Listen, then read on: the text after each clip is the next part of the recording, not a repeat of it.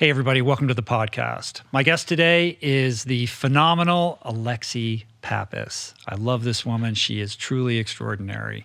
She is an Olympic athlete. She competed in Rio in the 10,000 meters for Greece, but she's also a poet, a writer, a filmmaker. She co-wrote, co-directed, and starred in 2 feature films.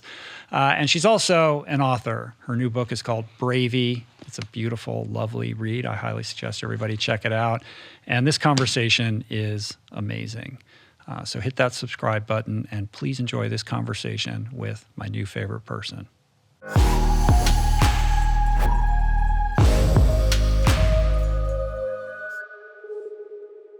Well, I am so thrilled to finally meet you and talk to you. And to kind of introduce this, it's a little embarrassing, but I knew who you were and I had a sense of the things that you had done and are involved in, but I didn't know you. And then when the New York Times OpDoc came out, I was really moved by that, and Lindsay's a mutual friend, and that kind of prompted me to do a deeper dive into your life. And that happened to coincide with your publicist reaching out about doing the show, I was like immediately, yes, please come on the show. So I've spent the last week really enjoying all the different things that you've done. I watched both movies. I'm well into your book. Wow. The book is so good. It's fantastic. You did such a remarkable job. I love the movies, and you're my new favorite person, so I'm all nervous to talk to you, and this is just super exciting. Well, it's exciting for me, and it's exciting for me in more ways than one. I admire what you do. I admire how committed you are to what you do and how interesting and interested you are. But also, my best friend since 2 years old, you are the greatest thing to her, and you've kept her. She's actually a COVID nurse, and you have kept her company on mountain runs and long drives to the hospital in Denver. And when she learned that this was happening, suddenly she was like, "This is the most exciting thing you have ever done, Alexi." And I'm very proud of my life. Now I feel so much pressure. I'm touched. No, it meant so much to me in the same way that she used to love Rihanna, for example, and I didn't love Rihanna music growing up, but Amanda, my best friend in the world, loved Rihanna music so much. And when someone you love is joyful, you begin to like the things that make them happy. I felt like my excitement was compounded with the joy and excitement that she had. And she really is the coolest person I know. And since you're the coolest person she knows, then that makes this very exciting. What's up, Amanda? Thank you for that. I appreciate it. Thank you for listening. That's amazing. That's super cool. Thank you.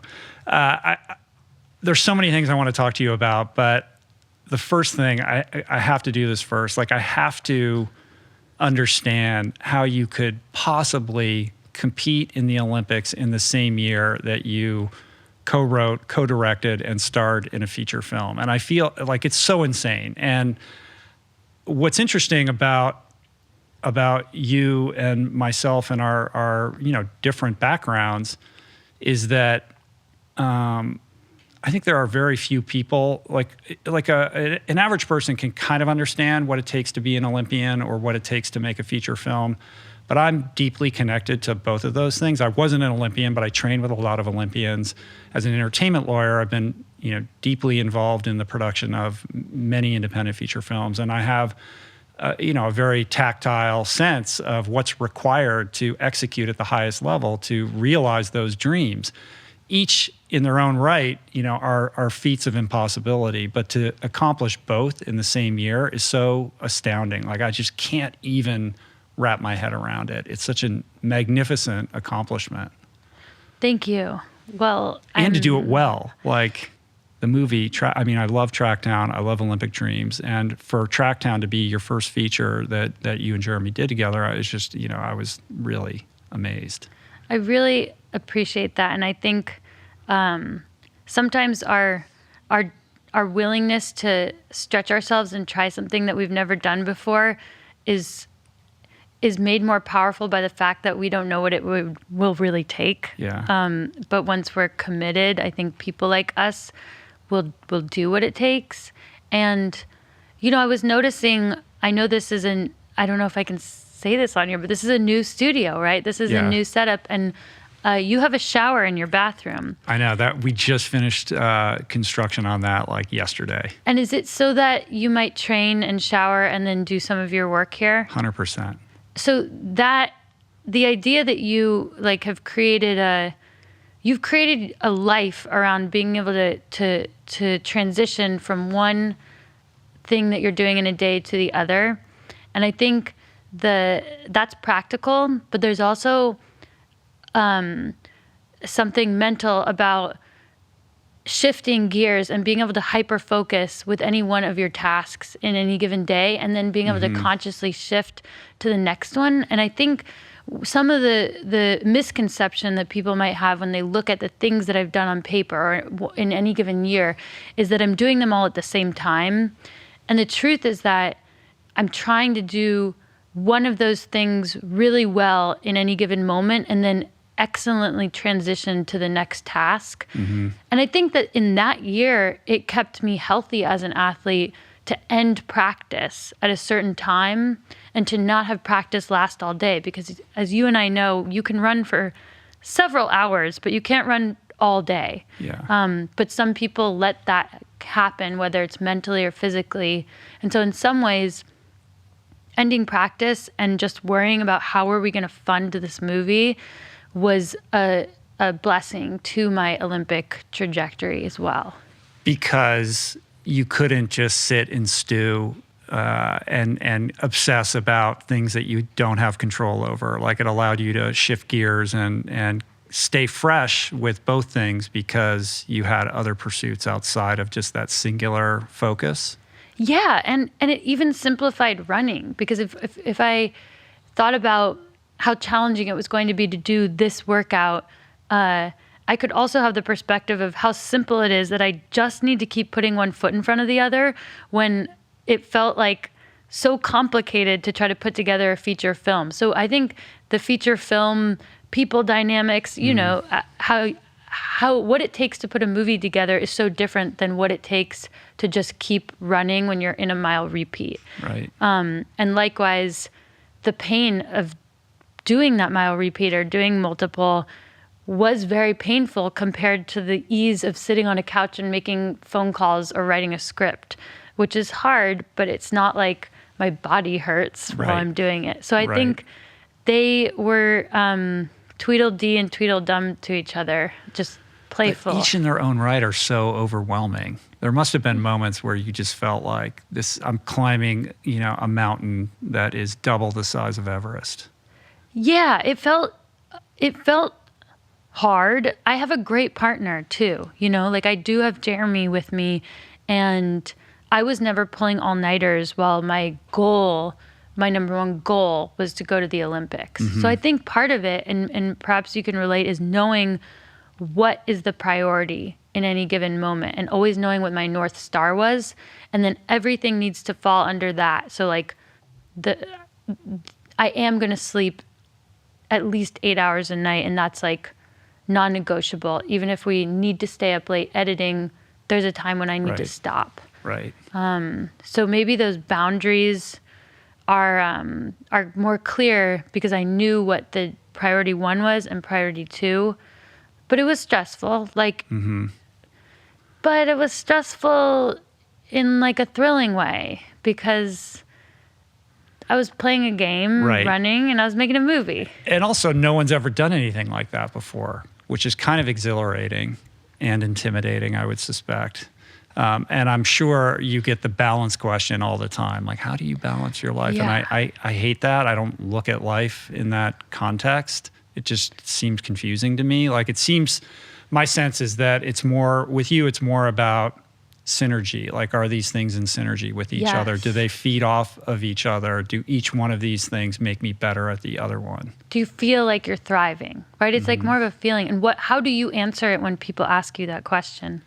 I mean, I used to feel guilt and shame because my life is not really balanced in that traditional sense. And I would strive to make it fit into those buckets. And at some point, I just let go of that whole thing. And, look, in the macro, and I'm sure this is the case with yourself, in the macro, your life is very much in balance, but you're shifting gears between intense focus on different things that give your life meaning and, make you excited when you wake up in the morning. But to the average person, on a day-to-day basis, it would appear that you're very much out of balance. Yes. Okay. Now I feel like I understand what you're getting at, because there were people during that time who were like, I think you and Jeremy should take a break and like go camping this weekend. Like, I think you guys need a night off, or like, I think you should, and that was like, I was at an age where it was like, I felt a little weird about it. I was like, I know I'm living in Oregon and there's so much great camping, but all I want to do is work on these projects. Like, I was so happy being so overflowing with what I was doing. And I feel like what you're saying is similarly, you like live to work, but your work is your choice and your work is your passion. And so it's your pleasure to have this like bubbling cauldron that someone might look at and not think is healthy. Yeah. I mean, there's that, but it's also the intensity that you bring to whatever it is you're doing. Like if it's an ultra endurance race, or you training for the Olympics, or trying to execute on a feature film, or me, doing what I do here, I get joy out of being totally immersed in whatever it is that I'm doing. And I'm not effective unless I can say no to other things and blot things out so that I can give my best. But that means that other things in my life that are important to me aren't getting adequate amount of attention on that particular day. So the gear shifting is important, such that everything in my life that I care about is attended to properly. It just doesn't happen on an hour-to-hour or day-to-day basis necessarily. Yeah. Yep. Yeah. Right. I know you can, you feel it. You're vibing on that, right? Yeah. I feel like when I watched Tracktown, your erstwhile boyfriend in the movie was sort of a proxy for the people who are saying take a break or go camping. And I found that movie, like, it's so heartfelt and authentic and beautifully realized in so many ways. But it was also very stressful for me to watch that movie. Really? Because my sense is that you were trying to craft an alternate universe in which you weren't somebody who has many different interests and allocates your energy across a variety of disciplines, but to stand in the shoes of that person who's all in 100% on just that one thing. Yeah. And you're tiptoeing outside of that, on the precipice of trying to qualify for the Olympics. Yeah. And I was like, just wait 2 days. Like, can't you just go back into your altitude tent and rest until like Thursday or whatever day it was? Like, your race is tomorrow. Yes. Well, that's funny because so many people who don't know me think that Tracktown is a documentary. And I was like, well, first of all, that would mean a number of different things if it was actually a documentary, like that we caught me losing my virginity on camera somehow and things like that, which it's not. People didn't actually think that, right? No, we've had that. Really? We've also had people who did not believe that Plum as a character was real. And these are people who are outside the running world, like really prestigious, like film advisors. We were in a Sundance lab with it, and some people just didn't believe that someone like that could exist, someone who had never kissed a boy at age 21, and that's very real. Like it's incredibly real to you, but to the world, she isn't known, and that was part of the reason why I wanted to put her on camera, and to say that this person does exist. She's a patchwork quilt of people that I know and experiences I've had, but she could exist, and those are the types of characters that I'm interested in putting in my movies, is like the characters that I know are real. The world doesn't know them yet, and these scenarios could exist. Yeah, I know that girl. Like, I've been around a lot of people very much like that. Yeah. Have you read David Epstein's book, Range? Yes. Yeah, so I've been thinking a lot about that book in the context of your story, because for people who don't know, his thesis is essentially that people who are super high performers, by and large, defy conventional wisdom. They're not the Tiger Woods or the Plums who go all in at a very early age on one singular pursuit, but rather they're people who dabble in lots of different things before they finally end up like kind of deciding what their lane is. And you're somebody who is, a beautiful case study of that thesis. And Plum is of the 10,000 hour, Malcolm Gladwell kind of rule. And, I say conventional wisdom because there is this idea, like if you want to excel at that highest level, like you have to be that Plum type individual. And in truth, more often than not, it's not the case. And the people that are like the Plums end up burning out. Like you see this individual who's not fully emotionally realized, right? And and her strength, which is her focus, is also her weakness. It's her blind spot that's holding her back from performing at the highest level, because she still has so much to learn and grow because she's so siloed in her life experience. Yeah, it reminds me of this advice we got from our college coach when I was at Dartmouth, and we were going to a national championships. It was like the first one I'd ever been to. I was like a junior. It was for a relay team. And he turns to us. This is Mark Coogan. He was also an Olympian. And he was like, and this isn't an Ivy League reference, but he was like, just remember that you're smart and you can think, and that's a strength too. And I think he felt bad because some of us were writing our final papers on the bus. Like we were balancing a lot. But I think what he really meant was that we had some perspective to bring into that race, whatever that meant, and to use that as a strength. And I have felt that in races where just being able to like think critically or zoom out a little or have some perspective does help. And I think that's what you're saying about like a character like Plum, where that hyper focus is really noble and useful, but the range, the bringing in people dynamics, understanding the world in a different way can be a strength too. Yeah. It's a balancing act, right? Because you do have to be all in some way, but you have to provide that room to be a human being. Especially in a sport like running, which has to grow with you. Yeah. Like probably all sports are like that, but running, as much as any, has got to evolve as you're evolving. Yeah. And I think it's the people who try to keep it what it was or what they think it should be that become bitter, which is just not the word we want. Right.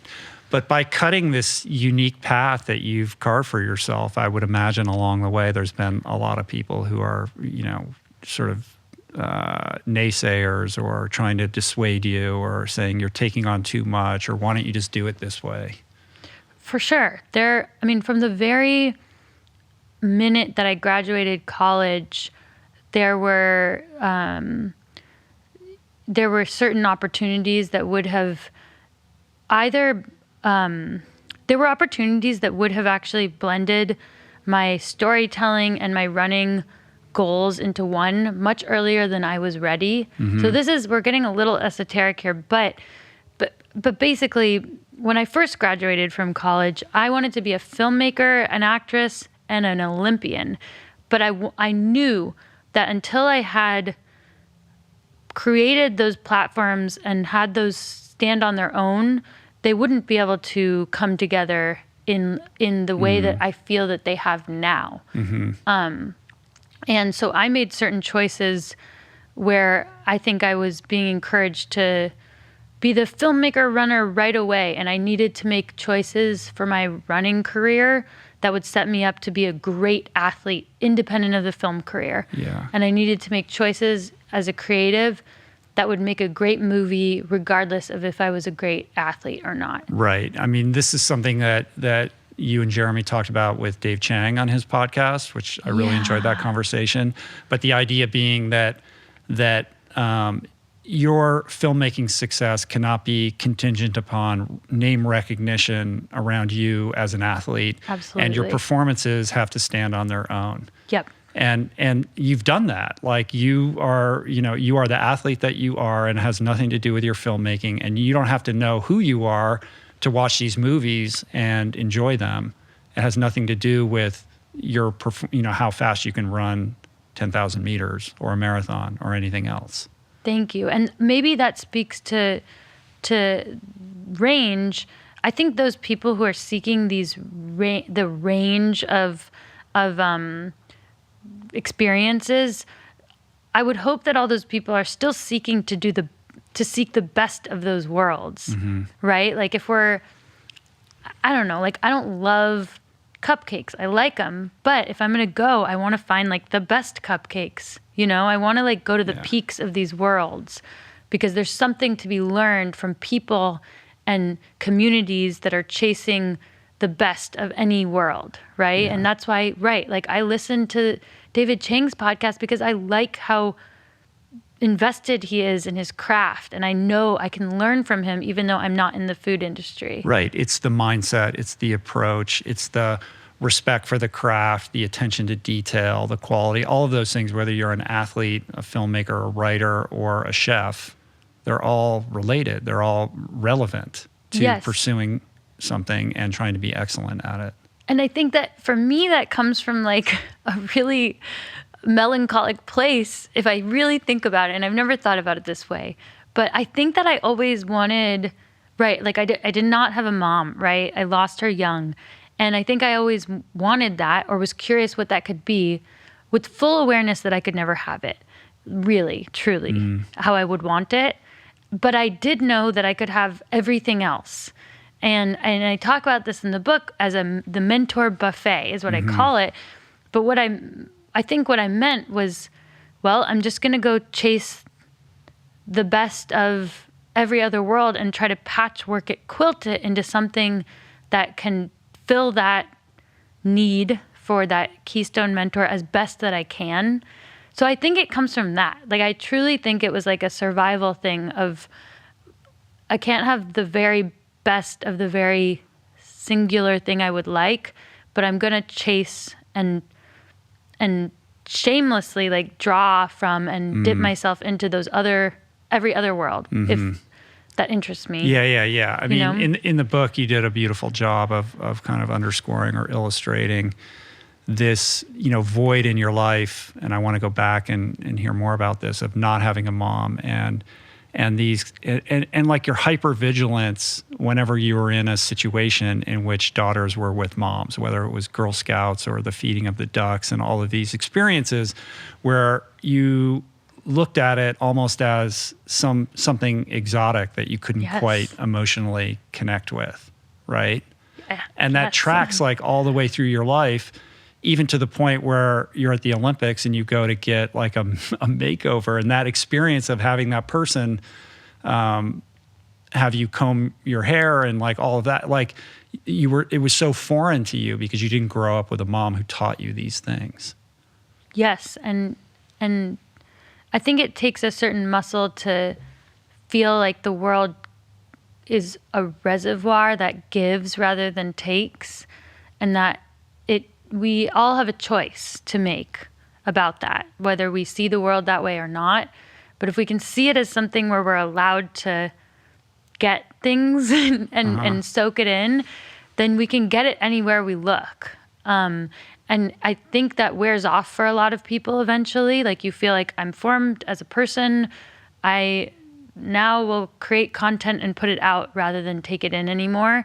And that's fine. Like we don't need to take in from everywhere, but the world is remarkable, and there is a lot that we can get from it, even in adulthood, if we see it that way. Yeah, that's so true. Well, let's take it back. You're growing up in Berkeley. Let's go all the way to the beginning. Okay. So walk me through you as a young girl, 4 years old. Well, I was born in Berkeley and grew up on an island called Alameda. It was more like a peninsula. Bay Farm Island. But I've never heard Alameda referred to as an island, but yes, I guess it is. I think it's like the island city. But then Bay Farm was a peninsula, which is essentially the Oakland airport. It's right there. And that was a safe island to be. Like, you could walk with your friends to the ice cream shop, as we did, and your parents would generally think you were going to be okay. But yeah, so when I was young, the first like 4 or 5 years of my life it coincided with my mom's like really intense, downward spiral. She was manic, bipolar, and I think like my birth really catalyzed a really tough turn for her. She was addicted to painkillers. She had scoliosis. So this was in the 90s. So there was a lot of over prescription, I think, of painkillers. And so she was addicted to them, and she was very smart and able to like obtain them in any way possible, which now my dad and I were able to actually have a laugh about. When I read him the book, I read it to him out loud, which was Wow. really fun. It was a really meaningful weekend, but he opened up a lot, and she was very scrappy about her drugs, and Yeah. she got them. And she was depressed, and she was getting help that I now understand would not have helped anybody in her position. And that I only understood in the last year or two, discovering paperwork from her care in Berkeley. But she was in and out of our life because she was in institutions or drug rehab. And so I never, had that relationship with her where I don't remember really touching her. And that has always been a strange thing for me. An obsession maybe of like just what it would be like to be embraced like that. The one recollection that you have of physical contact with her was her giving you her cigarette when Yes. you're like this tiny little girl. Oh, I'll never forget that. I mean, and it's so, when I wrote that too, I was afraid that people might read it and think she was a bad person or like a bad mom. And I think that's why a book is a really important medium as compared to like a one-off social media post or other forms of sharing, which is fragmented. Like, and I wanted to write that in a way where perhaps you didn't understand her fully, because at that age I didn't either. And that's why the book, I tried to emotionally progress it rather than just linearly. Right. So she was smoking a cigarette, and which she did often, and it was just me and her. And I rarely remember her giving me attention, but she did in this moment, and she offered me her cigarette, and I smoked it. Right. And I was 4. It's so amazing. Well, it's so, the wildest It's heartbreaking. Well, yeah, but what's heartbreaking is, or what's cool about it and what's been tough about it is that I realized much later that all I've looked for ever since then is that feeling of somebody I admire so much sharing something with me. And it like means so much because it makes me feel like that again, Well, her condition was very acute. She's in and out of these institutions. And when she would come home, seemingly in a state of relative fitness so that she could be with her family, everybody's on pins and needles. All the attention is on her 24/7. And it's interesting how that blueprint gets imprinted on you. And then as a kind of survivor of this trauma, you then become this person who is like, I want the attention on me. Like, how can I get the attention? How can I be seen in a certain way? And so many of the pursuits that you've, gone after are kind of well, what do? You make movies or you become an Olympian. That way it's undeniable, right? Yes. Everybody's going to have to pay attention to you. Yes, it was a completely effective and unhealthy pursuit of chasing. And awesome. Like, it's messy and complicated, right? But I was chasing, I think, for so many years, external solutions to an internal problem. Like, it was it was so effective though, right? Like I was like, I can put myself through as much pain as humanly possible in the good way. Like, cause I consider running pain or the vulnerability of being, acting with someone as good pain. I was like, I will go to the world's edge in the game of good pain, and just watch me. And it has been tremendously powerful. Like I can go to the end of good pain. And what is that, diving deeper into the relationship with pain, like how does that act as a therapeutic for some of these issues? Well, it's not the feeling of pain that is therapy. It's the feeling of mattering that I get as a result of enduring that pain. And that's not been an entirely, I think, healthy thing to chase. I want to matter because I didn't feel like I mattered enough for my mom to stay. I now understand that not to be true, but for so much of my life, I think until the Olympics, I thought that my mission in life would be to not be like her, to be as far from her as possible, which I saw as being successful and happy. And the ways that I might have chased that were chasing these external goals. Right. But through running, did you, there's something cathartic about running and that relationship with pain that does work to kind of salve emotional wounds in a certain way, like in a kind of meditative way. Like it's almost like performing an exorcism, of unconscious, things that are going on in your awareness that are traumatic. Yeah, that's how you feel about it? Yeah, I do. Yeah, I do. Not for you though. No, I think I do too. I think that I feel that as long as I'm in the territory of good pain, then that's a good application of myself. And I think that she could have been chasing good pain too. She just didn't have the right mentorship. Like she just didn't have the guidance to go there instead of there, right?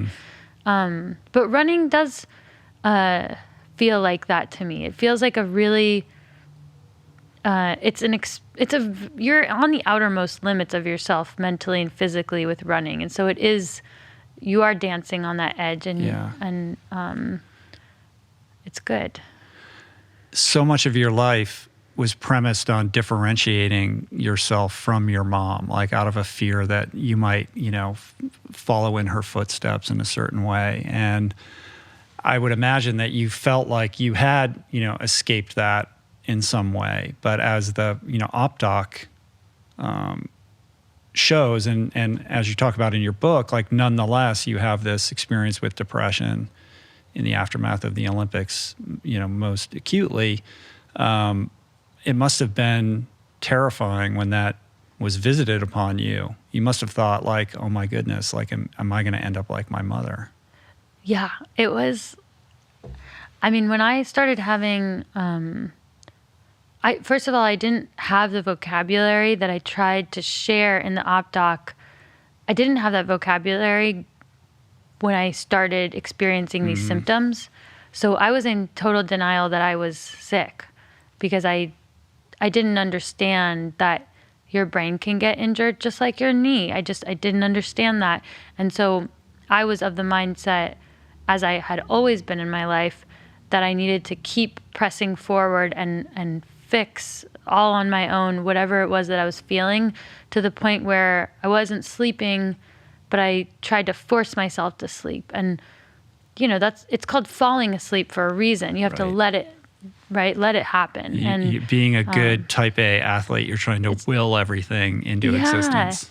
And then I started to have these even darker thoughts, and that's when I felt like I understood my mom in a way that I never wanted to understand her. Like you have these thoughts that like you want to die, and I don't think you really want to die, but the thoughts say otherwise, and that's when you're sick. And it was terrifying because I've always been afraid my whole life for the moment that that might happen to me. And where that fear came from was I have a photo book of her when she was like teenager, and she looked really happy. And I was like, there's no way. I just don't believe that this 16-year-old knows what's going to happen to her. And that was so scary because I was like, am I a ticking time bomb? Does it just happen to people? And, you know, her brother took his own life. Like, it runs deep in her family. So I just knew that there was a possibility. And then when it did, but before I understood that there was a way to get better, I thought that that was just my fate. That like, that was, it now happened to me. And because the narrative I was told about her was she just had to go. Like she was so sick that she had to go. And I was like, well, I guess I'm so sick that maybe I have to go because I don't know what else there is. Wow. And that's so embarrassing, honestly, to share because I don't feel that way anymore, but I didn't understand. And I think it's sad that even someone who was susceptible to these things, you know, my family history was public, right? There was no prehab, if you will, if you want to call, like, if we want to use this body comparison of the brain is a body part, I had no prehab, I had no preparation to deal with this. And it wasn't until my dad, because of his experience with my mom, made me get help that I met a doctor, Dr. Arpaia, who told me very simply that I was sick and that my brain had a scratch on it and that it could get injured like any other body part, but it could also heal like any other body part. And suddenly everything, like, it literally turned around in a day. I wasn't happy, but I believed that I could be on a path to healing, and that I could commit to it just like I would an Olympic dream. Did it also provide you with a little more empathy for your mom?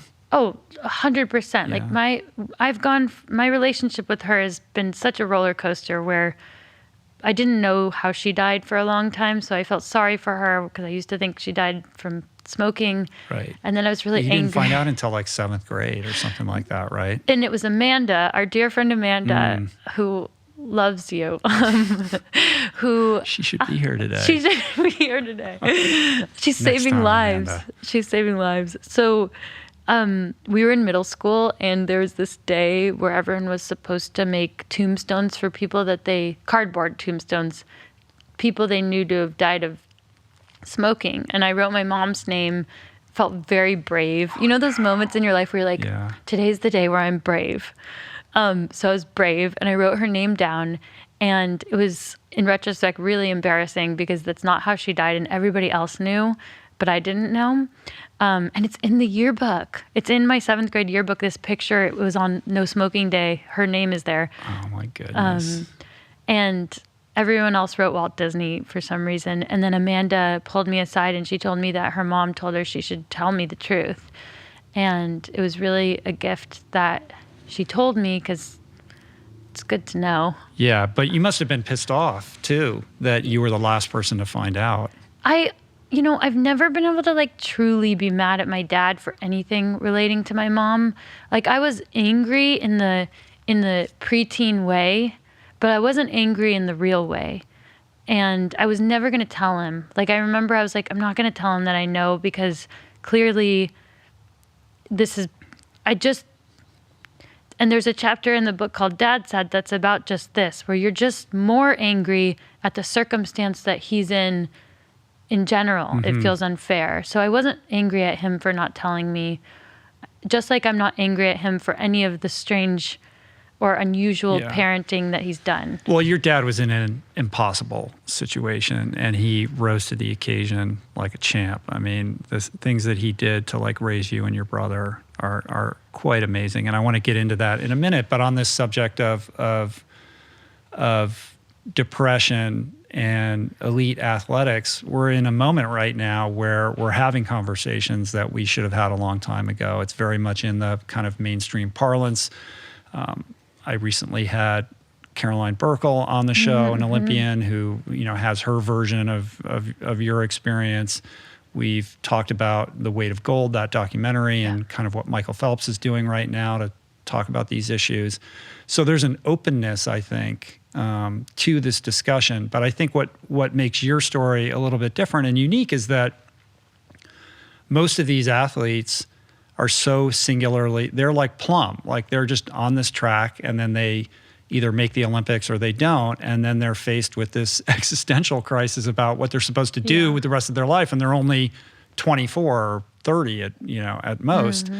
But you're unique in that you already not only had a complete grip on what it is that you wanted to do outside of sport, you were already fully immersed in it and successful in it. So that transition away from athletic performance into, creative pursuits, that path was already, being blazed by you. And yet that was not enough for you to escape, this experience, which whether genetic or whatever it is, still visited you and was still like very difficult. Well, perhaps that's like the epiphany that some people have when they realize that running hurts for everyone no matter what. Like when I talk to people and they realize that running still hurts me, they're amazed. Like they're like, wait, it hurts you just like it hurts me? And I'm like, it does hurt me. I just have a different relationship now with pain. And I see it as more of a sensation, not a threat. But I think the thought that anyone is immune to this kind of scratch on your brain or these illnesses is just like that misconception where it's like, no, actually anxiety about the future or a fundamental misunderstanding about the brain or whatever it is that leads to these mental illnesses can happen to everyone. And to think it's like how growing up is hard for everyone. Like whether you're extremely privileged or challenged or no matter what, I think in different ways, growing up is always going to be challenging. And so probably to assign a godlike maturity to someone who's at the top of their game is not the right thing, right? Like we might be really, really mature. Our bodies might be totally peaked. On paper, we might be doing great, but there's still, we all have to go through the emotional maturity in growing up. And if we haven't been given the vocabulary to see our lives a different way or to see those challenges when they come differently, then we might mess up. Right. I mean, it's that identity that you shoulder as an Olympian, but also the projection that everybody places on you, right? Like you're supposed to be, immune from these sorts of things, right? So then, of course, that makes it more difficult for the person who's suffering to actually reckon with what's happening because there's guilt and shame and, why is this happening to me? I have no reason to feel the way that I'm feeling right now. For sure. When you feel like the world sees you a completely different way than you see yourself, there's nothing more mind-blowingly difficult than that. When it's so weird. It's so strange. And then to talk about it feels indulgent. Like you're going to burden somebody with your Madam Olympian over here with your little depression problem. For sure. But again, I think that's like, that's abstracting it to like, we are in a place where we can accept, I think, as a world that elite athletes and high achievers can have these mental injuries, these mental illnesses.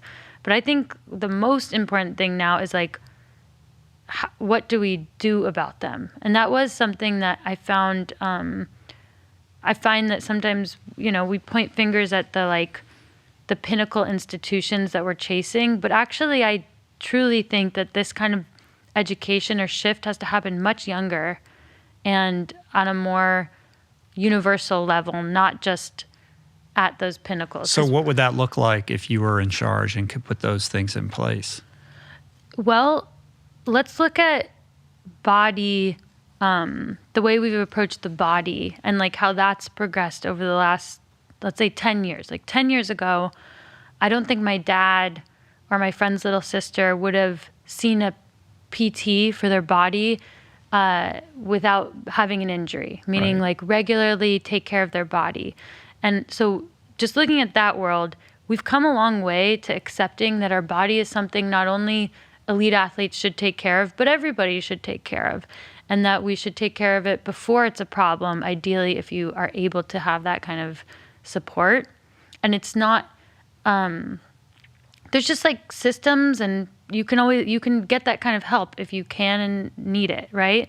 And I think with mental health, the comparing it to healing an injury is so simple to me and makes so much sense. So what it would look like to me is accepting, honestly, that our brain is a body part and it can get injured.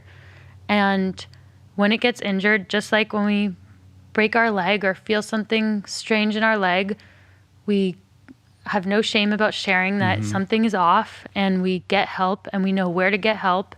And it's either built into the system that we're in, like a team might have a physio, they might have a psychologist too.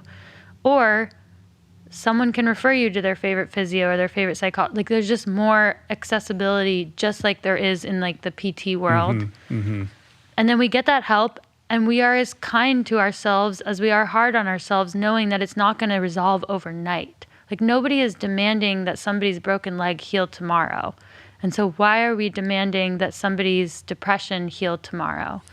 Because it's uncomfortable for us to talk about, right? We want to pretend that it doesn't exist, or Because there's it's shame, or right, because it's invisible. Yeah. But if we like think about it more like an injury, like no one can see your torn hamstring either, but they know that it's there if you say it, and they believe it's there. So if we just see it as more of a physical injury, which it is, then I think it becomes a little less subjective and a little more objective. Right. Well, I also think in the athlete context that, at a university, every athletic department has, a whole like complex around physical therapy. But the mind is only beginning to be addressed in that world. Yeah. And it's so important. Like we're just now beginning to really understand how critical it is that our emotional well-being is attended to and needs to be rehabbed from time to time in the same way that, your joints do. Totally. I think that's it.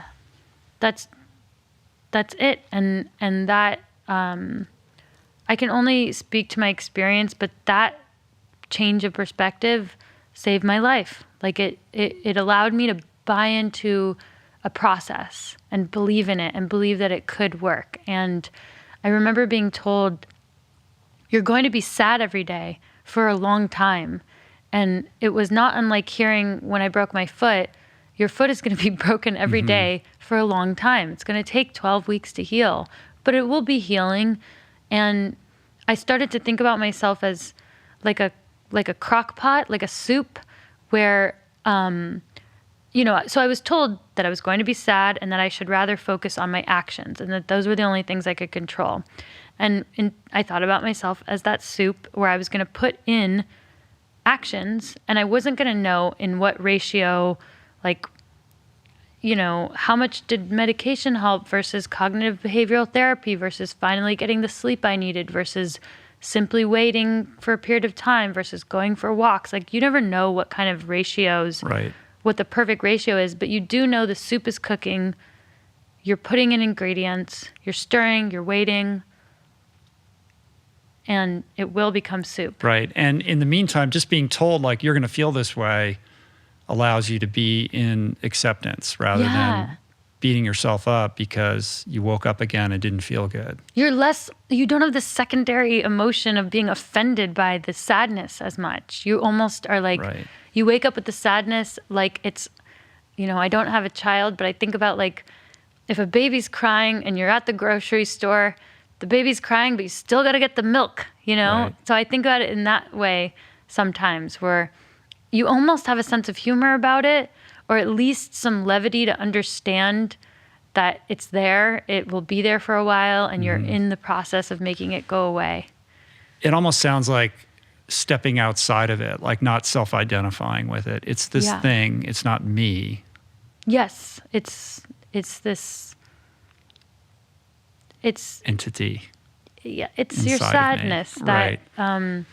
And I was told that actions change first, then thoughts, then feelings, and in that order. And that was another life-saving rule, basically, because what I observed from my mom was that her caretakers were trying to force the feelings, and she was trying to force the feelings to change.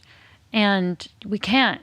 They follow our thoughts, which follow our actions. Right. I always say mood follows action. Perfect, right? So you get to the other side of this. What is your daily regimen now for kind of that, maintaining your mental well-being? Yeah, that's a great question. First of all, I found it very difficult to find like psychological care in general. It was hard when I needed it. I had to ask for favors, and that sucked, honestly, that you can't get it as readily as you might be able to see a PT. And I've still found it challenging. I've still found it labyrinthian to find good care.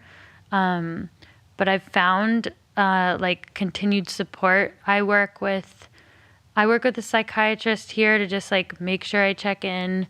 And I work with a team,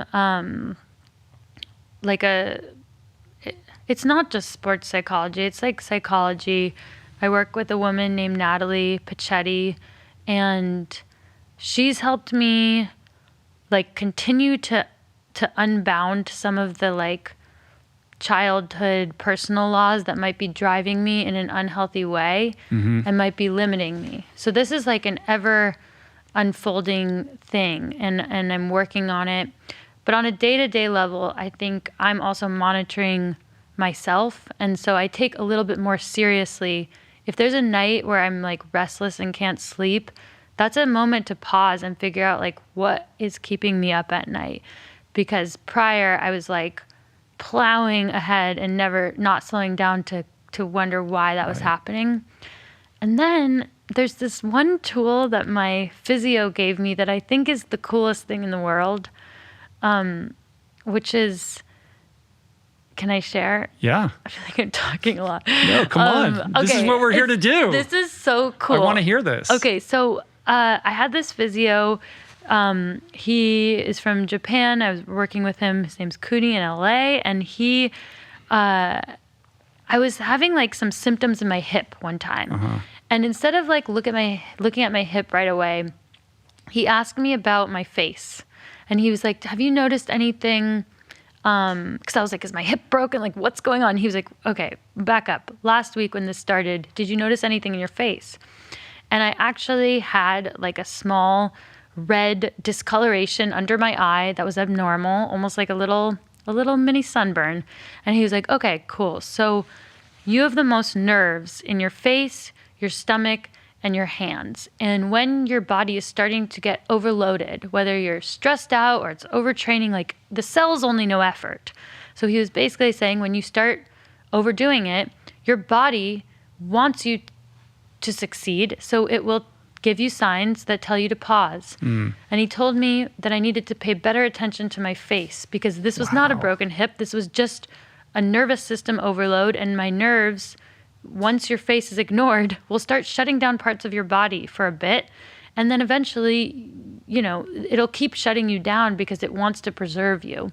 So from there forward, I started paying close attention to, I have wonderful Greek skin and I don't get a lot of acne. So when I get a pimple, it might mean a day off, literally. Wow. And for other people, it might be a canker sore or an eye twitch, or just whatever is abnormal for you and your face, I suppose, or your stomach, but the face is just a really obvious one. It just means that you're starting to get overloaded. And so what I'm doing now is trying to pay better attention to the signs, the very first signs of overdoing it, so that I don't get to the point of not sleeping for 3 months. Right. That's fascinating. Isn't it great? Yeah, that's very cool. I've never thought of that. I mean, it's sort of a kind of a acupuncture-y kind of Ayurvedic way of looking at things. Like everything, your body is this organism that's trying to always find its balance point, right? And when something's out of balance, there will be some kind of symptom that might show up in a very unpredictable and different way than you might suspect. That has nothing to do with whatever is actually wrong Right. itself, right? It's just it's a little a glimpse into paying more attention.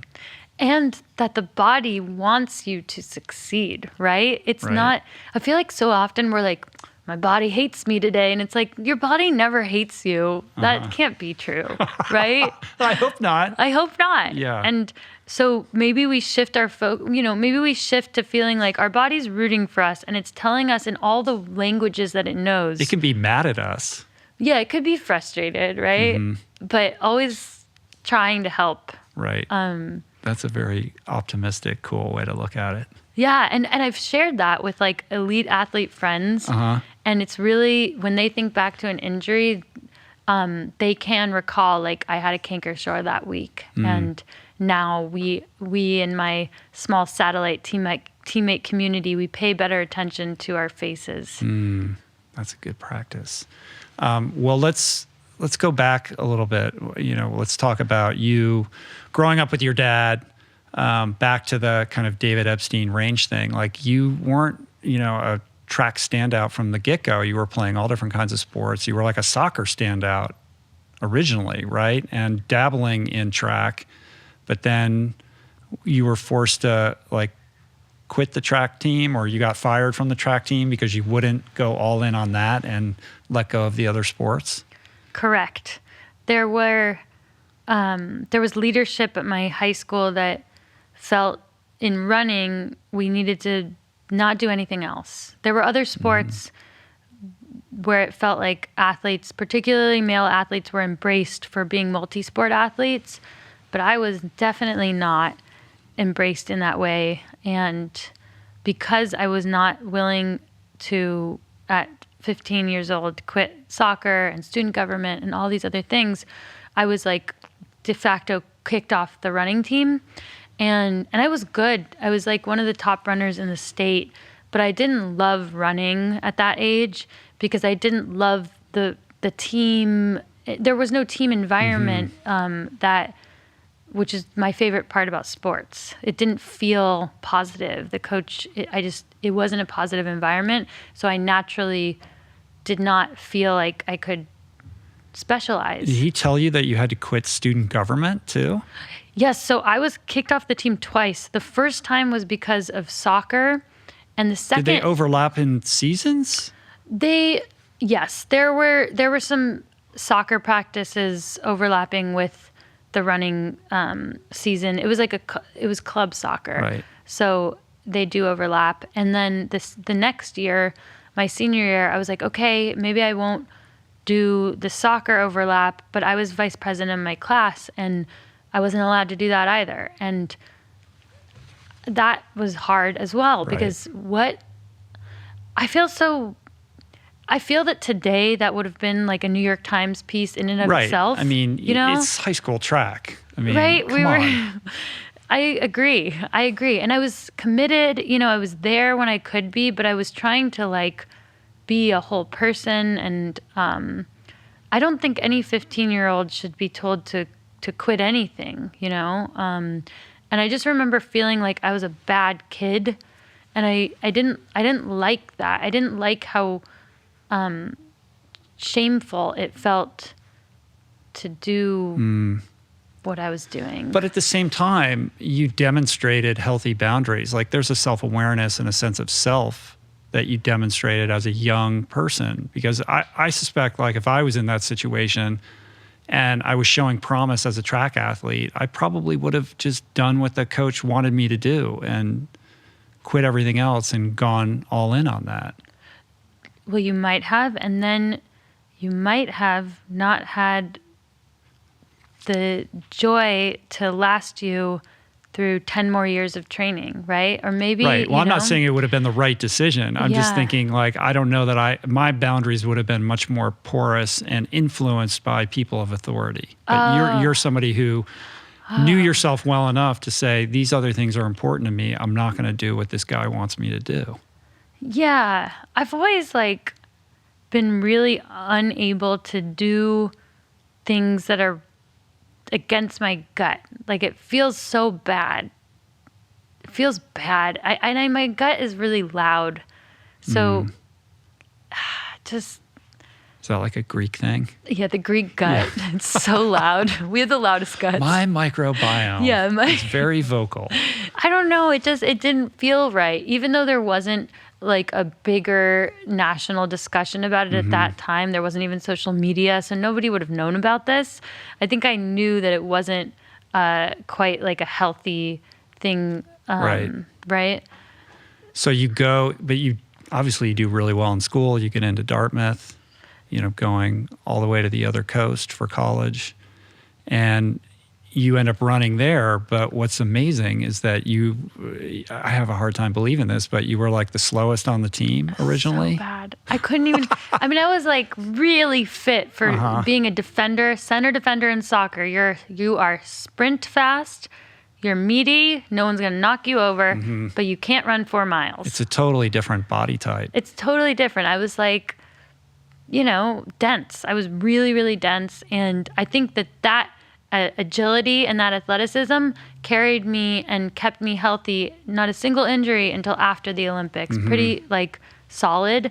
But it did mean that when I got to Dartmouth, I was really a fish out of water, like across the country, first winter of my life, and could not run more than 4 miles without walking. And it was humiliating, like, to be very honest.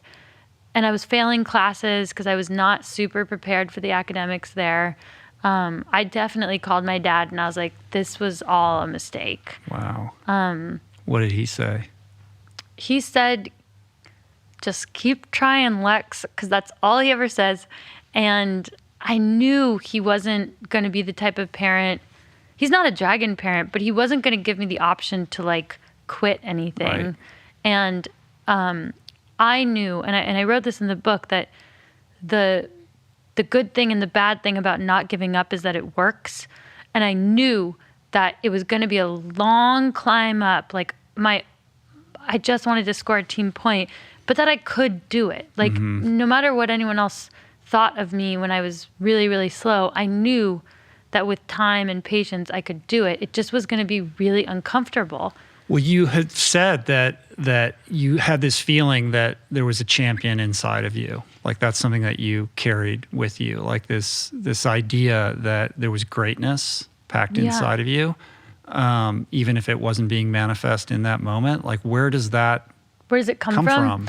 Well, I think that comes from my mom too, because when you feel, and I don't know how healthy this is to say, but when you feel so like that, when just it was so wild what I saw and experienced as a child, like some of the memories of her were so unbelievable that I truly felt that if the most unbelievably bad things were true, then the most unbelievably good things could be true, which I think is a survival It's interesting thing. And also that I was special. Like I was special because this awful thing happened, and then I would be capable of the opposite. Like it was almost like if this is true, then the opposite must be true too. Right. So there was always something inside of me that was like, that believed, suspended disbelief, or believed that I was, I don't know, like part mythical or something, something like really. Did that extend to being an Olympian? Like when you're the slowest on the team at Dartmouth, are you thinking, I'm going to go to the Olympics? So no, and that's another really interesting thing that I think is important for people to understand, is that I never planned more than a year of my life in advance. And that's so important to share, because had I planned 5 years in the future, I would have counted myself short. I would have put a limit on what I was capable of, because I definitely didn't even think about being capable of going to the Olympics when I was a freshman in college. But I also didn't think past a year. So I wasn't like, it's not possible. I just didn't think about it. And this is still how I live my life, where I'm like, the next year, these are the goals. This is like, I have big dreams, but they're more how I want to feel, not like what I'm going to accomplish. And I think that's an important thing to share with people, because probably most of us might sell ourselves short if we were to ask ourselves, where will I be in 5 or 10 years? I don't know. Maybe that's not true, but for me it was. Well, I think that we all wildly overestimate what we can do in a year and wildly underestimate what can be done in many years, 5 years, Yes. 10 years, right? Have you said that before? I have said that before. And is that how you live your life? I set goals for myself, but I don't dwell on them. I'm really focused on what the next thing to do is. I try to stay more present, which is sort of a variation, I think, on what you're saying. And I've learned to trust my intuition and my instincts. So I hold those goals like they're out there, but I hold them loosely, and I'm Yeah. always making adjustments. And how important to you, I'm so genuinely curious, is it that other people like believe in you? Like, did it matter more when you were a certain time in your life, or did it ever matter? Does it matter now? I'm an unapologetic people pleaser and premised huge parts of my life on external validation. So I'm very connected to, that aspect of what drives achievement. Yeah. But some of the course corrections that I've made later in life were really motivated by trying to figure out what drives me, as opposed to trying to do the thing that's going to get me the accolades or the approval of people that I care about. Yeah. And that's still a struggle and a growth thing, Yeah, it reminds me of, I went to this class day speech like the year before I graduated at Dartmouth, and it was like, here's 5 pieces of advice. And one of them was like, your time in the frat basement is not a waste of time. Like, some of those things that are just like the great, I've spent a little bit of time in the frat basements at Dartmouth. Yes. That's where I met Jeremy. That's how I met the love of my life. And with the urinals along the wall down there. Just the worst. It's right? unbelievable. Yep. So,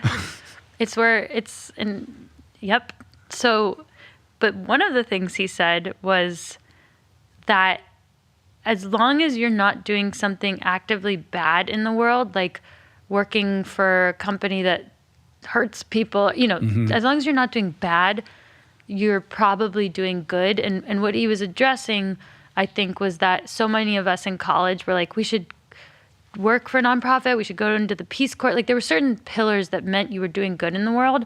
But what he was trying to say was that as long as you are not doing bad, as long as you're manifesting the greatest version of yourself, you're probably doing good in the world.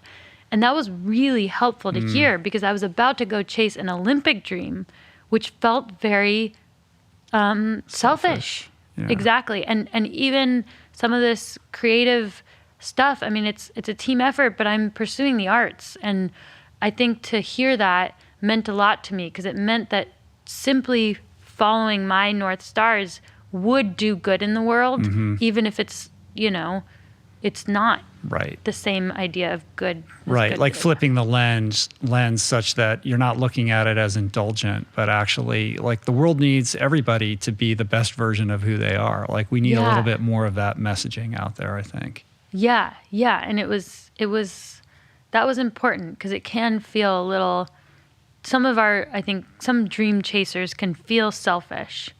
And I think it's only selfish if it's not your real dream or if you're not committed. Mm-hmm. Like, it's only not great if you don't commit all the way. Mm-hmm. So you end up committing all the way, kind of, right? Because you're doing other things. But I'm interested in that, like, was there an inflection point in your running at Dartmouth where it all started to click in? Like, you go from being the slowest. By the time you graduate, you're killing it, right? So you're progressing as you go. Was there a moment where it all connected for you, or was it just a gradual growth? It was gradual. It appears more sudden because junior year, I started scoring team points. It kind of seems like it was sudden when I was a senior, but the truth is that the reality is that it's gradual. And I think that's how all dreams are. They happen very, very slowly and then all at once. And most people only see the all at once moment. It was, I added practically, this is what actually happened. I added 10 miles a week to my mileage every year for 4 or 5 years. It was just 10 miles a week. So I was like 30 miles a week, 40 as a sophomore, 50 as a junior, 60 as a senior, 70 miles a week. Tiny adjustments, really. Just tiny and I stayed healthy, right? And then shifts that I always tried to see as choices, not sacrifices. I drank a lot of beer my freshman year, and I stopped drinking a lot of beer my junior year, right? So like certain choices that I made that were helping my performance, but I probably wasn't mature enough as a freshman not to explore those things. Like that was what I felt I needed to do. And it did help. I just think information is helpful. Like I remember someone came and talked to us and he was like, a heavy night of drinking, he was like a pro athlete, sets you back 2 weeks in training. And that simple equation made it a lot easier for me to make those decisions, to be honest, because it wasn't this abstract, like, drinking's bad. I was like, how bad is it? And he's like, 2 weeks bad. And I'm like, okay, so if I value my time and I don't want to go back 2 weeks in training, I won't drink that much. Right. You know, it doesn't mean never drink. There's a time and a place where you wouldn't care about the last 2 weeks of training, like at the end of the season. Yeah. Does that make sense? So it was like little decisions that then added up. I think having Mark Coogan become my coach, he also gave me permission to believe in myself, and it came from the right place. It was different for my dad to say, Lex, you can do it, than to hear it from an Olympian. Right. Like that's powerful. And I think that's back to the question I asked you of how much does it matter to you that people you revere and admire tell you, I give you permission to chase this. Well, it's everything. Right? It's everything. And that idea of mentorship or having those kinds of heroes is like a recurring huge theme in your book. Yeah. But you seek them out like a fisherman. Like I feel that some people think these mentors are just going to come to you, and sometimes they do in the form of a coach that you happen upon. But oftentimes we have to grab the mentor and allow them in, you know? And it is true, like when that one person that you have so much respect for just says something that maybe they, a week from then they forget about, but makes all the difference in your life. Yes, and that also goes to what I say in the world, because now people have their eyes on me. So I need to... All those bravies running around with buns on top of their head. I love... some buns, maybe, some of them are boys, and maybe they don't have a bun. Maybe they do. It's the most adorable tribe of fans out there. Thank you. Yeah, it's really cool. And how you communicate with them with verse and poetry and the inspiration that you share, I think is really cool. And so uniquely you.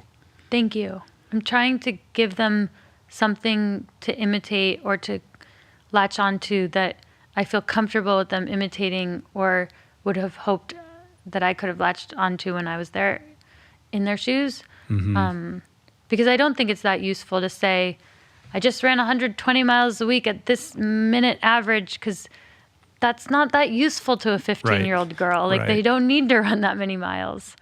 But they can put their hair up like me, or they can go on a long run, whatever that means to them.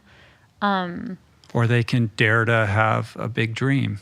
They can dare to have a big dream. And I'm someone who will take your dreams very seriously. So like with my friends, I don't think I'm the person to call and like cry to, because usually I just will try to navigate and figure out what the next... The solution. Yeah. And, Where did so tell the story of how the Bravey thing started. Yeah. With the poem. Bravey started when I wrote a poem on social media, which was run like a bravey, sleep like a baby, dream like a crazy, replace can't with maybe. And bravey was this word, came from the word brave, but not a real word. And I think it stuck because so many of the words that I chased growing up felt very, they felt very outward facing. So like strong, pretty, fierce. Those felt like words that I presented to the world. And bravey, because it's not a real word, because it comes from the word brave, felt more like a choice, like an inward-facing word that you assign to yourself and that you decide exactly what that means to you. And I liked that. I liked giving the world something, giving myself something that I could simply choose to be. And it's also not telling you that you need to be brave. You just need to be brave-y. Yeah, like you kind of it's just to be in the orbit of brave, right? Yeah, it's you're very, just it's very trying your inviting and non-threatening. Yes, I think so too. Right, know? because you're making choices to chase your dreams, and it has a lightness to it, I think, and Yeah. hopefully it's playful, because dream chasing is hard enough that I think finding some lightness is Right, good. right.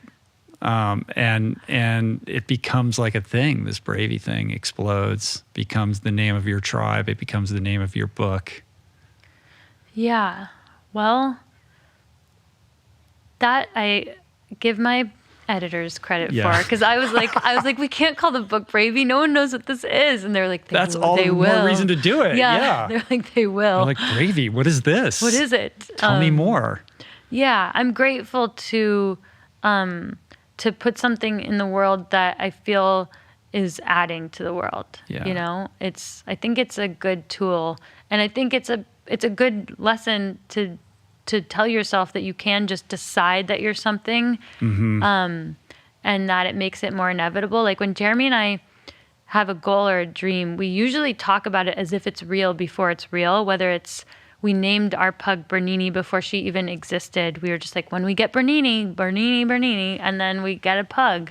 But I think it's the same with any dream we're chasing. We're like, talk about it as if it's real and put a label on it, and then the world and you will Right. Everything You know? tends to then coalesce around it. I think that's really powerful. I mean, anybody who's made an independent feature will tell you the same. Like, you just start making it. Like, you just assume the Yeah. money's going to happen, and all these elements, like all the variables, the 8 billion variables, will somehow come together.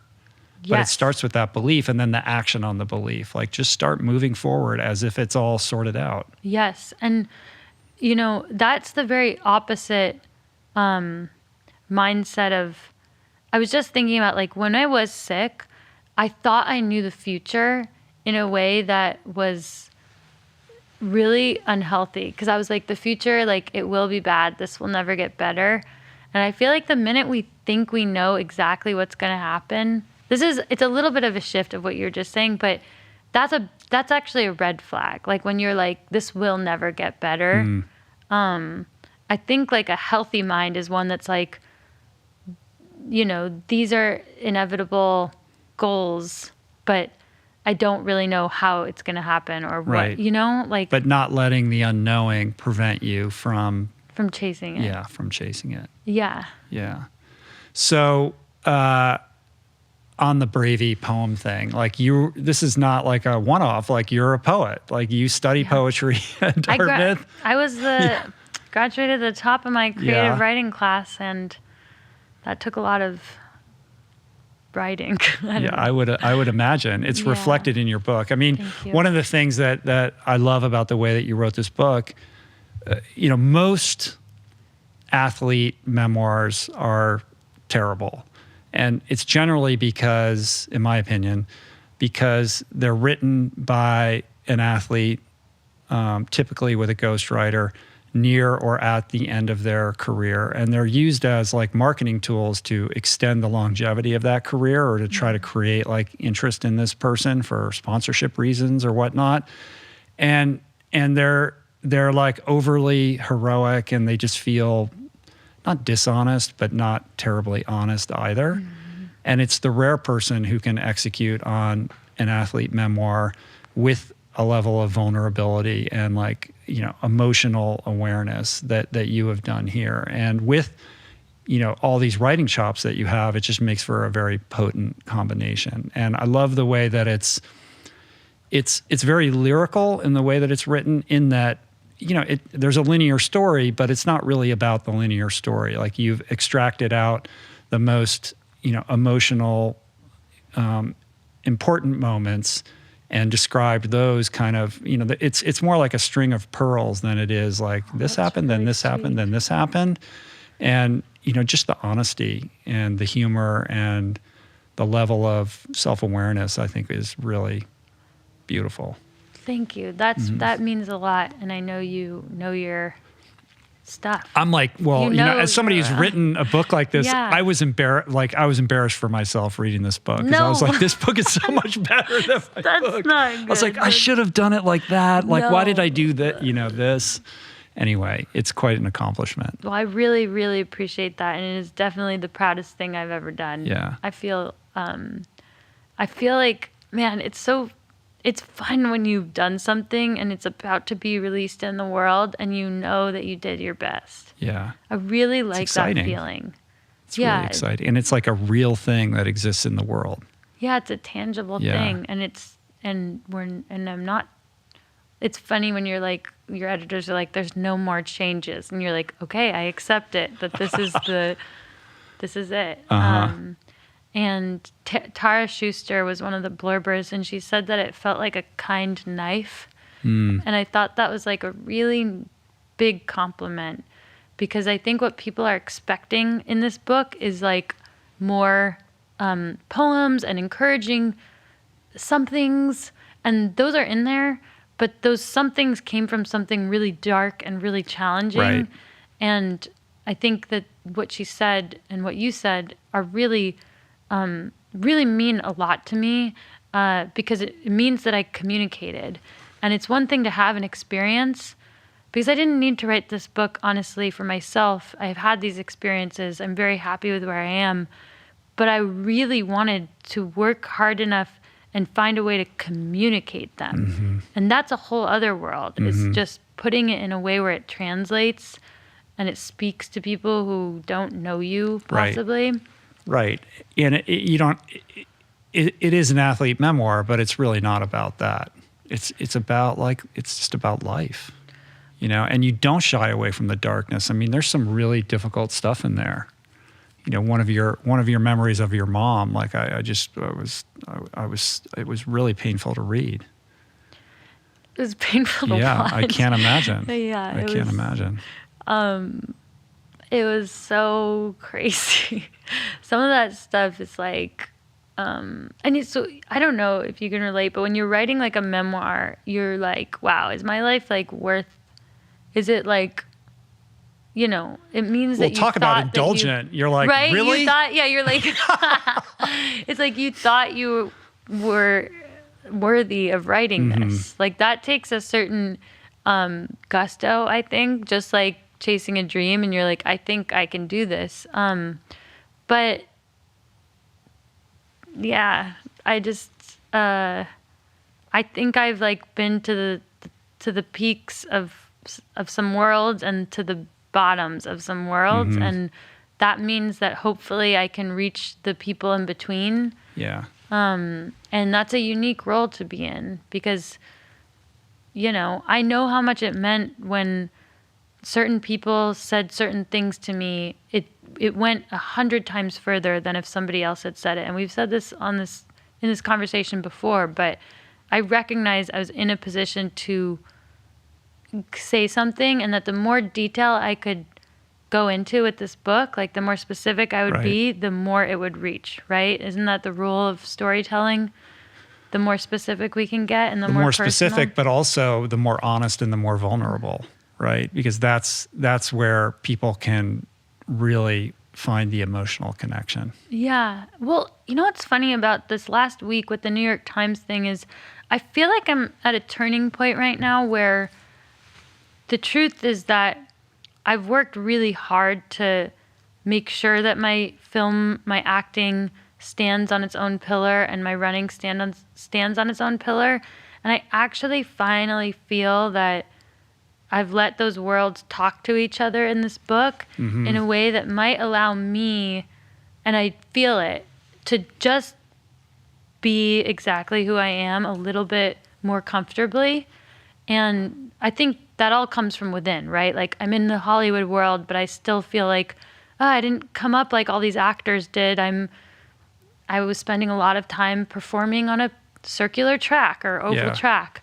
And I think before I might have seen myself as needing to hide one world when I was in the other. And now I actually feel like it's okay that that I am exactly who I am. And I wish I had felt that way sooner, but I think it's okay that I feel that way now. It's interesting that you say that because your movies are so reflective of your emotional experience as an athlete.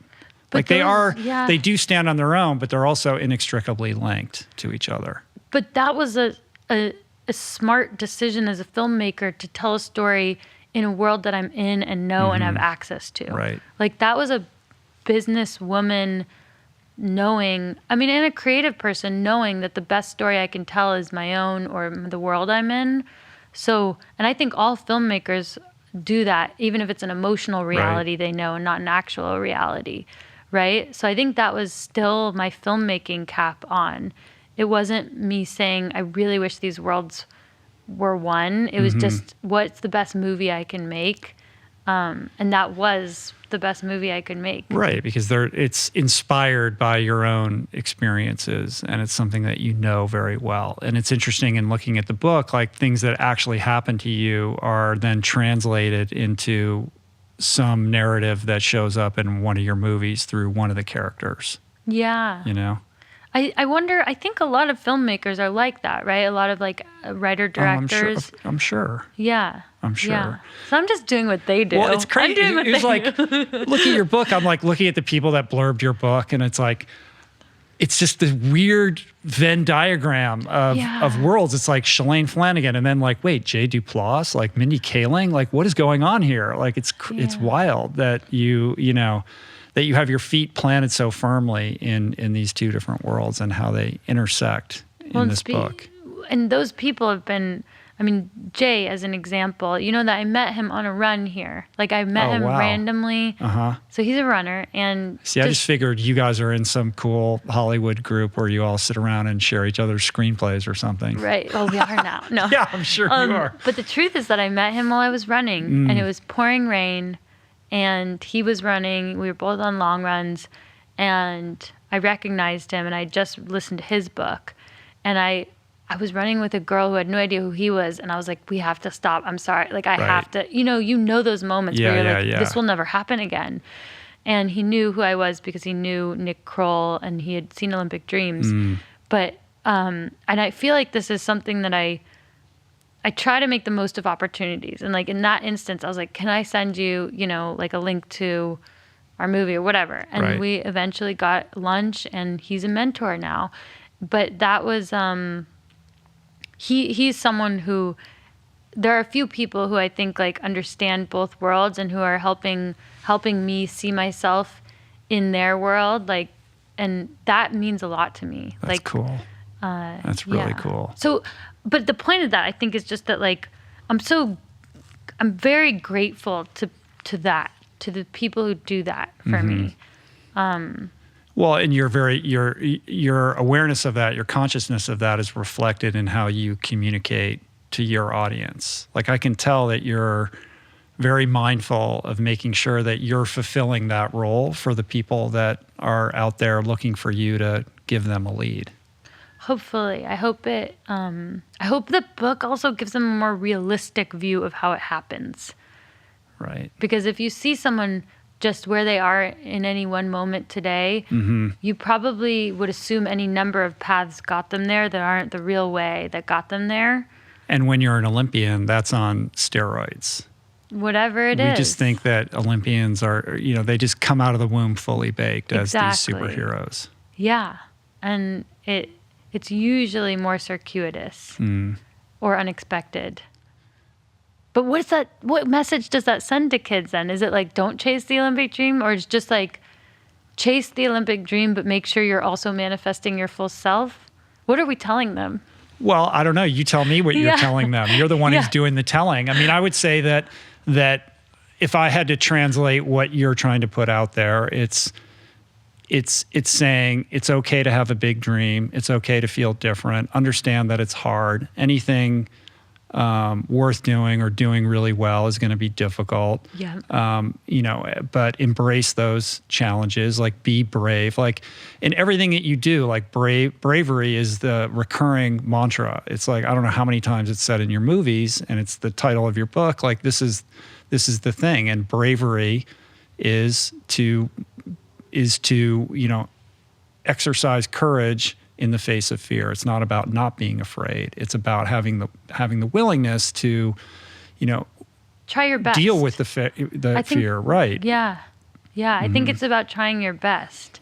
So maybe that's also it, that as long as you're trying your best, it won't go as you thought it would, but you just keep trying your best. Right. And it is brave to try your best, because trying your best means if you fail, you'll know that you did try your best. Whereas sandbagging is like where you purposefully don't try your best so that later you can tell yourself that narrative. Right. So perhaps the bravest thing of all is to try your best, because then whatever happens to you, was like your honest effort. Right. And to try your best requires you to be vulnerable. Like when you're sandbagging, you're hiding, right? You're indulging that fear, and you're giving yourself an out. And it's scary to say, I'm going to remove all the excuses and put it all out there, and whatever happens, happens. Yeah. Yeah. Well, I had a question that just came up that I wanted to ask you. Can I ask you? You can, but this is a podcast about you. I know, but it doesn't matter. It's always going to come back. All right. You're very good at making it all the ways come back. Do you because I was thinking about like manifesting your greatest self. And one of the things is like the people you spend time around. Because it just occurred to me that like, with your life, you've structured it in a way where you spend time with people in this context that maybe you admire or that you'd like to spend time with. Do you feel like do you purposefully put yourself in situations to be around people like that? And do you also take an effort to not be around people who don't do that for you, whatever that is? Well, to the former point, 100%. What do you think? This whole podcast is basically a grand, scheme to be able to like hoodwink cool people like yourself to spend time. Like I hold them hostage here and force them to answer all these questions, and then I incorporate them into my life. Like it's very indulgent and self-serving in that regard. Like I seek out people that inspire me, and I give them a compelling reason to come and meet me by amplifying and sharing what they have to say. And quite often, like these people then become people in my life, like in the way that you met Jay.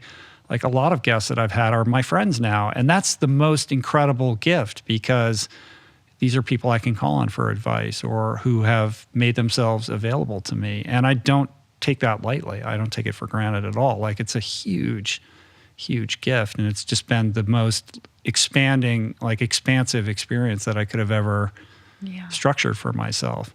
To the point about avoiding, it's the adage is you're the average of like the however many people you spend the most time with, right? So choose wisely, like spend your time with high vibrating people that are that are demonstrating characteristics that you aspire to manifest in your own life. Of course, that means spending less time with people who are dragging you down. That's a little bit more difficult for me, but I feel like I've done a pretty good job of over time setting boundaries around that kind of thing. That's cool. Yeah. What about you? Yes, I think that I'm doing a better job of that as well.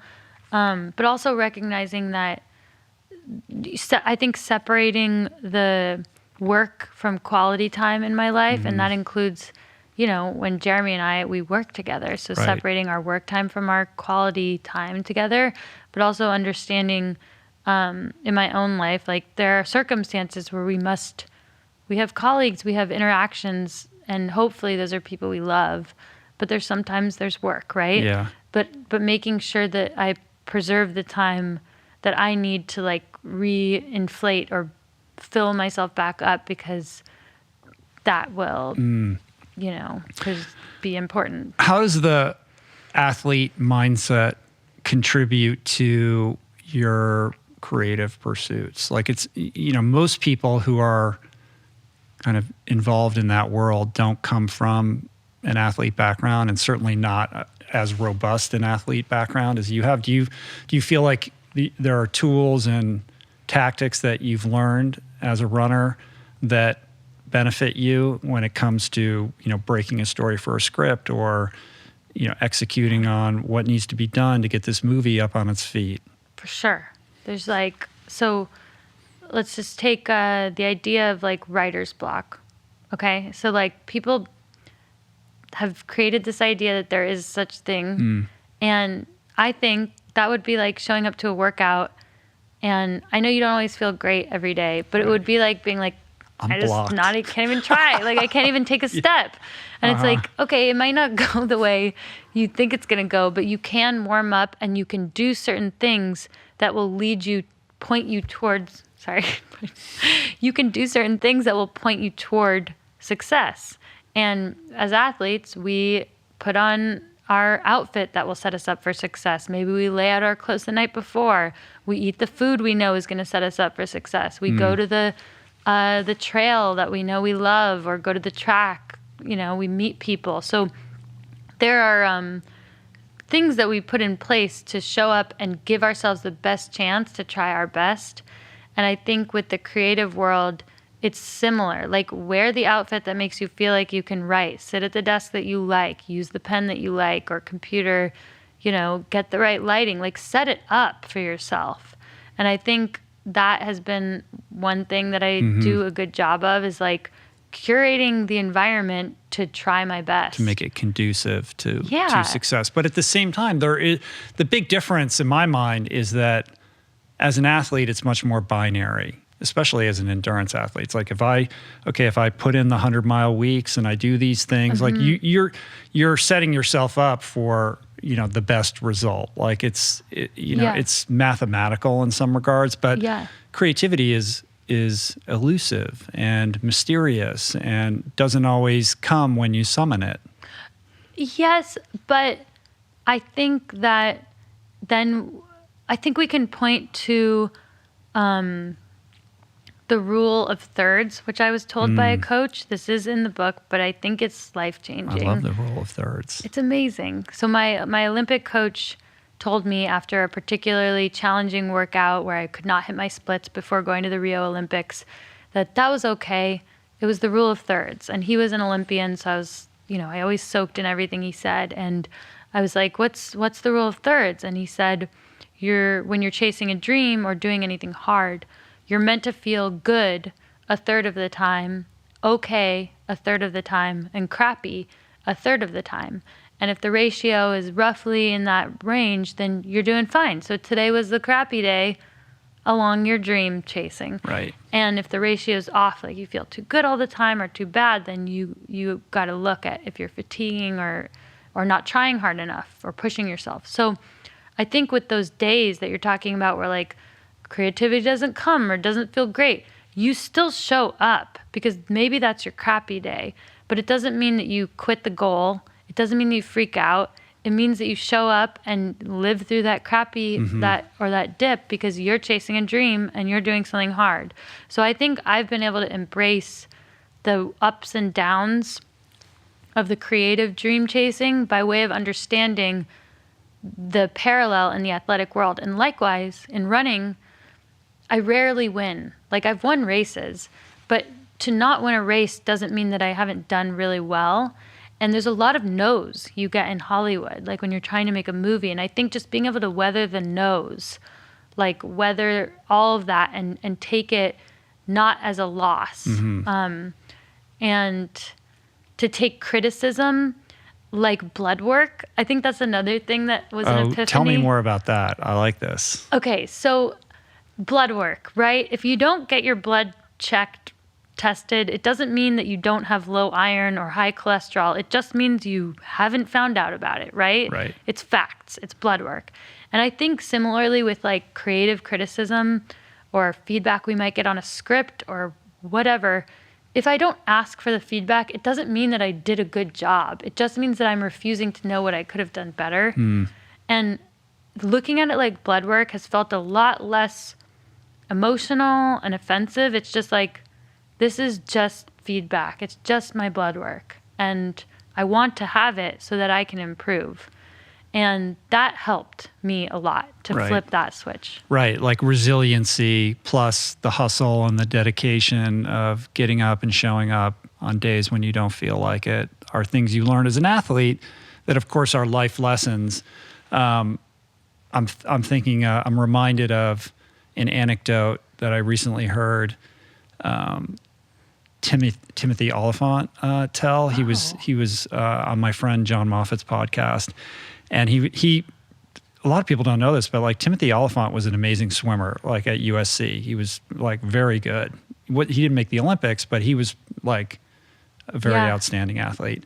And when he decided he wanted to be an actor, and came into the awareness that like it's 1 in 100,000 or 10,000 that make it, the odds are stacked against you.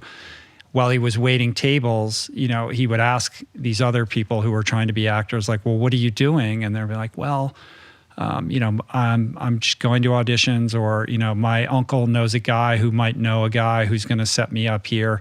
Meanwhile, like Timothy's like taking classes, like he approached it like an athlete, like what are the steps that I need to take to put myself in the best position for success? Yeah. And he's like, when he would hear those stories, he's like, well, that's one less person I have to worry about, competing against. And it's interesting how my point being that there is something to be said for the athlete mindset approach to creative pursuits. Mm-hmm. We look at creative pursuits as like these unpredictable, realms in which, not always the best people succeed, and some people who are less deserving are rewarded. Like it's very much not a meritocracy, but there are things that you could do to put yourself in a position to succeed when that moment arises. Yes. And to build a stronger foundation, right? Because the people for whom they have random connections or this and that, it's easy to feel jealous of people who you perceive to be having a shortcut or two. But if you can always like lean back on a strong backbone of whatever that means, whether it's his preparations of his classes or whatever that means to you, like that backbone it'll be there. And but I do think that every artist has to face a moment, probably every athlete too, where you ask yourself, are you interested in this goal or are you committed? And that's a big difference, right? Where if you are merely interested in a goal, you're going to find the reasons why it wasn't possible for you, or you're gonna back out when it hurts, or when you get one no. And if you're committed, then you will keep showing up. So that's how I feel about that. How does it work working with Jeremy?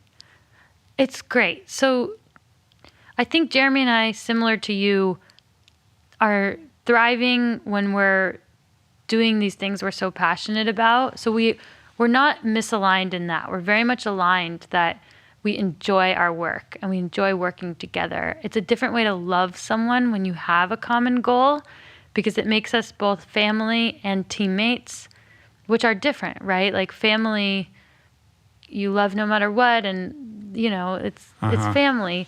Friends, I think you choose, and that's a different kind of relationship. You don't rely on them for anything. And teammates, you have a goal. It's very, very fun, and it's a really enriching experience to share a goal with someone. It's hard too, because you kind of need them to show up, and you're leaning on them as a teammate. We have different strengths, so we've learned more about like what each of us brings to the table.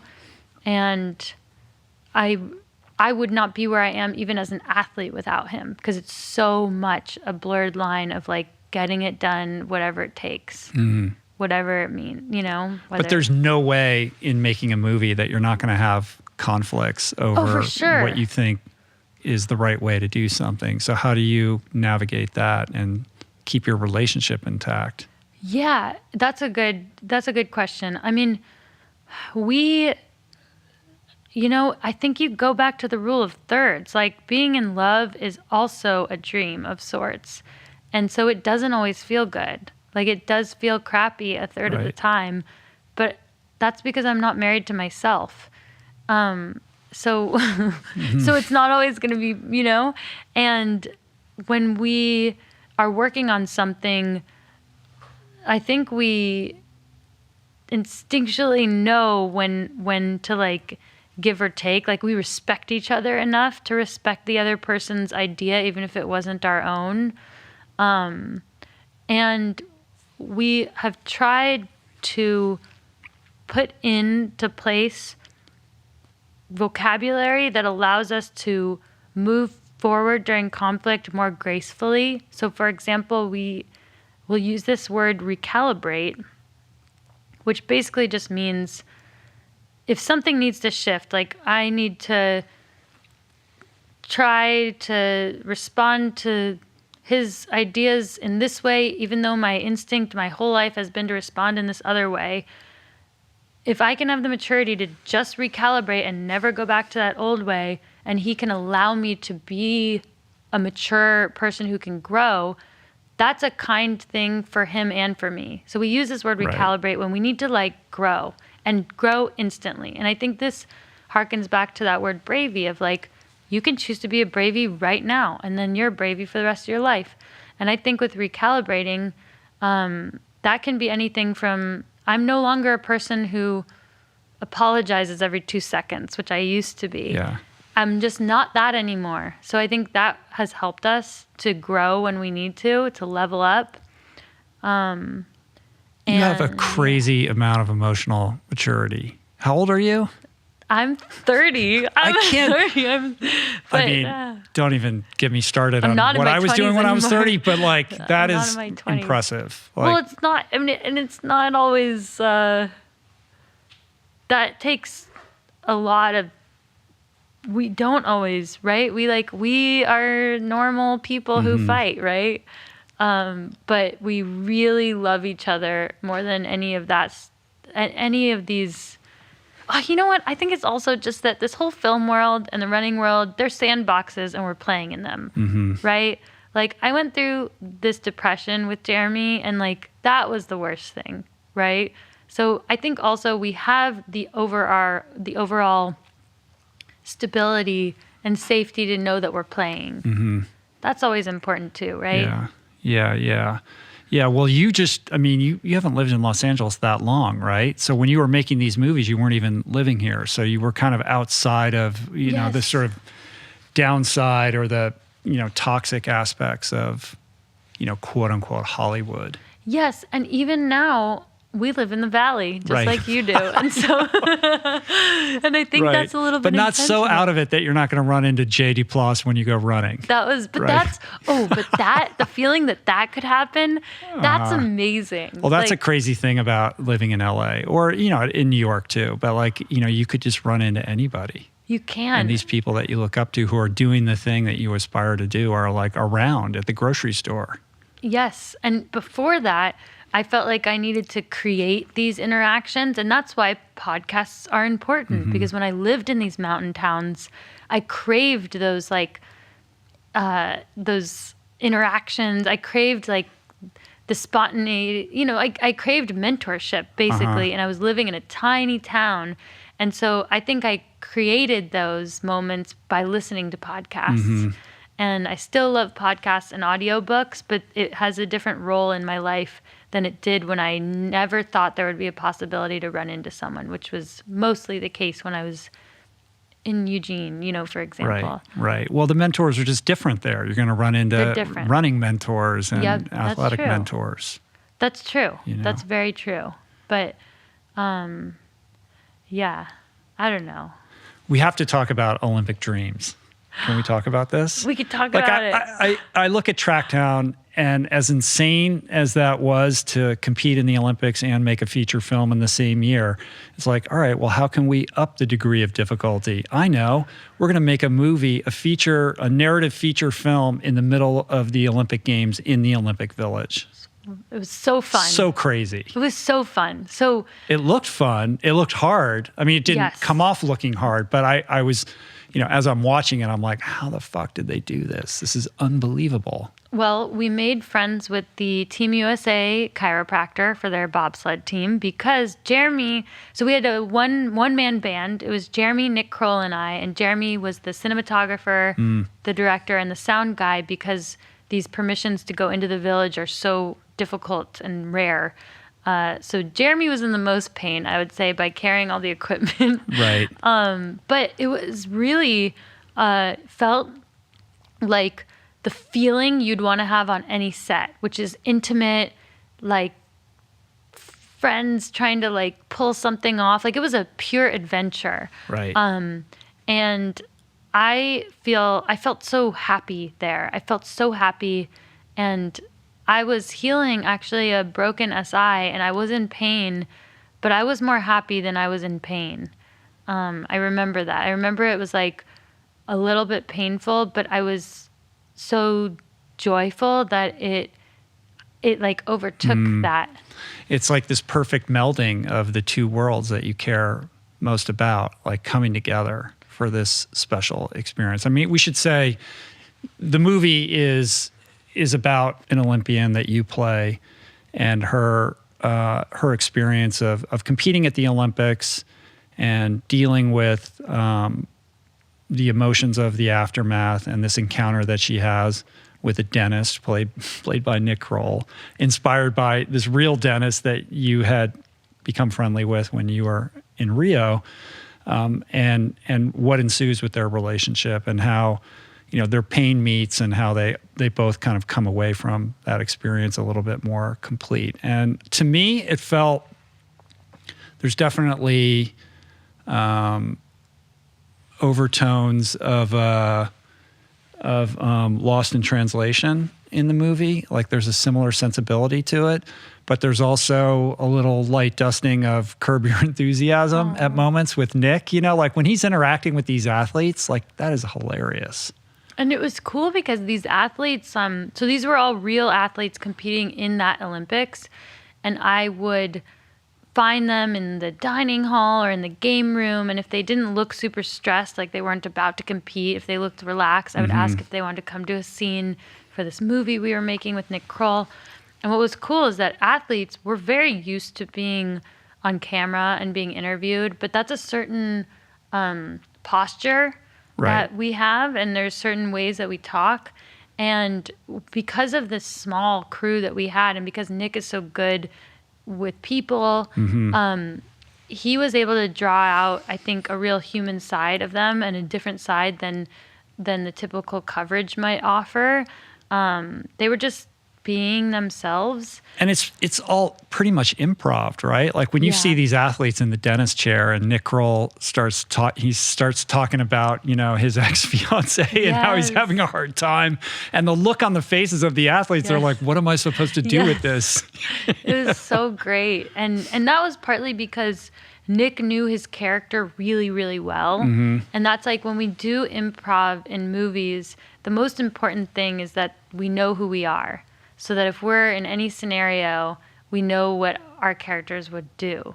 So that was, speaking back to how do you compare the athletics to the arts?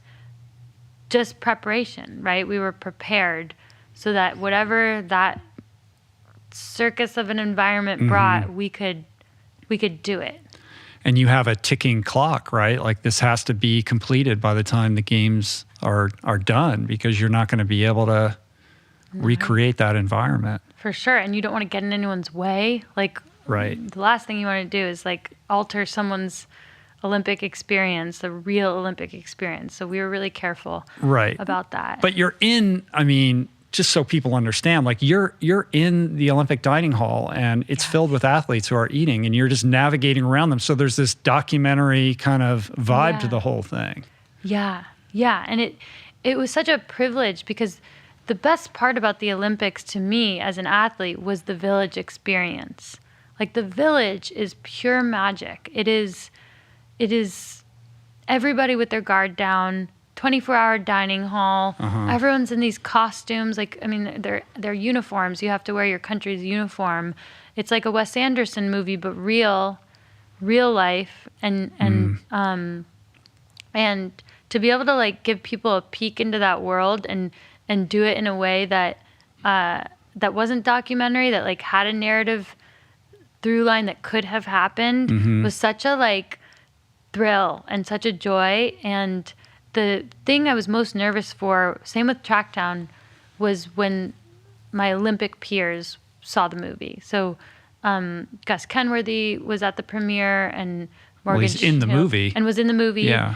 But I was really nervous for what he would think, just like I was nervous for what my running peers would think of Tracktown, because even though I want this movie to speak to a broader cinematic audience, I want it to speak to the world that I'm representing first, to make sure, I want it to be authentic. Right. And it was such a, I felt really grateful that people who are Olympians were like, yeah, I would show my kids that one day just to show them what it was like to be at the Olympics. It was what it was like. Yeah, there's an emotional honesty to it. I mean, you get glimpses of the high highs and what we, as average people would project that experience might be about, but you shine a spot. It's really about those moments in between. Like, what does it feel like after you're done and you're just wandering around the village trying to figure out what's going to come next, or sitting alone in the cafeteria, or going back to your dorm room and not really gelling with your roommate and just feeling lonely, and then feeling guilty that you feel lonely because you're basically living your dream at the same time.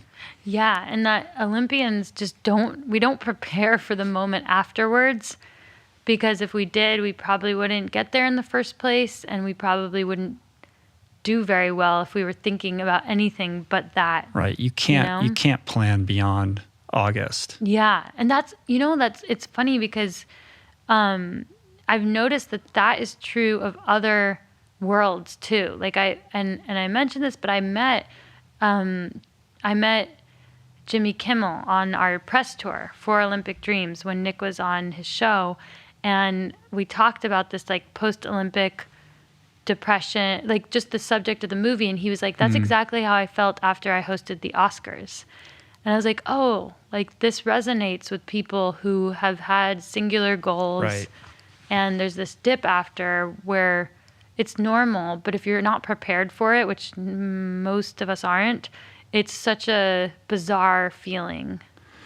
You see it with music. I mean, you hear about it with musicians. They play a big show, but then, they're on tour and it's a different city every night, and they're just alone in their hotel room afterwards. So the weird juxtaposition of like this extreme experience followed by this kind of weird, liminal space where you're just by yourself. Right.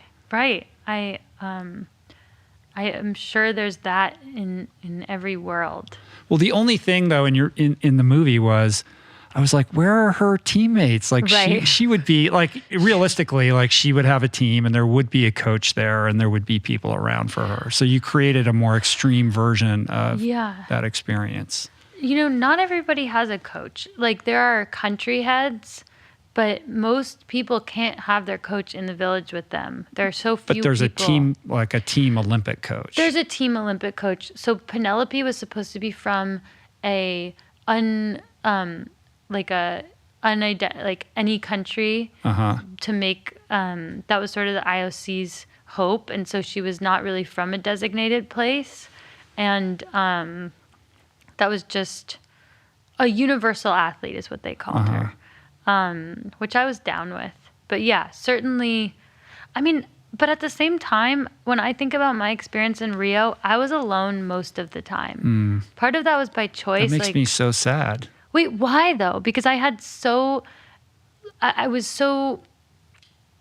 all eyeballs. I was like taking it all in, and I was sitting with a different person at the dining hall every night. Like I remember one day I sat and I ate with this girl, and I did not know who she was because this was before she competed, but it was Katie Ledecky and the swimmer, and we had just like a normal lunch together, and it was just very early in the games, and those opportunities came about because I chose to go to the dining hall alone. Right. So I did that by choice so that I could have a different experience. Except when the dentist asked you to hang out, you said no, or you didn't show up. I knew what happened at the village pool. Okay, Okay, all no right. savory things. All right. I'm just kidding. I hear you. By the way, like, give Gus Kenworthy a movie immediately. Like, that guy's a movie star. Like, Oh, he he's was amazing. so naturalistic in his acting. He Yeah. crushed it. He acts. He, like me, has these two. He is multi-hyphenate and multi-interested, and that was cool for me actually because I hadn't met so many people like me. And I told him, I was like, "This is cool to know that we both." It helps me to know that you exist because he. It felt like I was meeting somebody Right. like-minded, you know. Like Kismet. Yeah. Has he done other movies? He was in American Horror Story. Oh, he was? Oh, I didn't know that. So I think he will do more of that. That's cool. Yeah. That's really cool. You talked about this with Dave Chang, but I thought it was worth spending a few moments on. The moment where after you've raced, and we don't really know how you did. We know that you're not thrilled, but there's a creative choice to not basically show the scoreboard and what place you came in or anything like that. It's just a quiet moment of reflection where you're processing what's going on. And then you witness a medal ceremony and you see these women getting their medals and you're having an emotional moment with that as you're watching. And then the aftermath of that where the grips, you know, the gaffers or whoever like come out and remove the podium and you're like, oh yeah, this is just a big show. And it's like on to the next. It's like the circus is in town for a very brief moment of time and we're just putting on a big show. I love that you noticed that because, and this is where I think you and Jeremy will get along very well, because that was his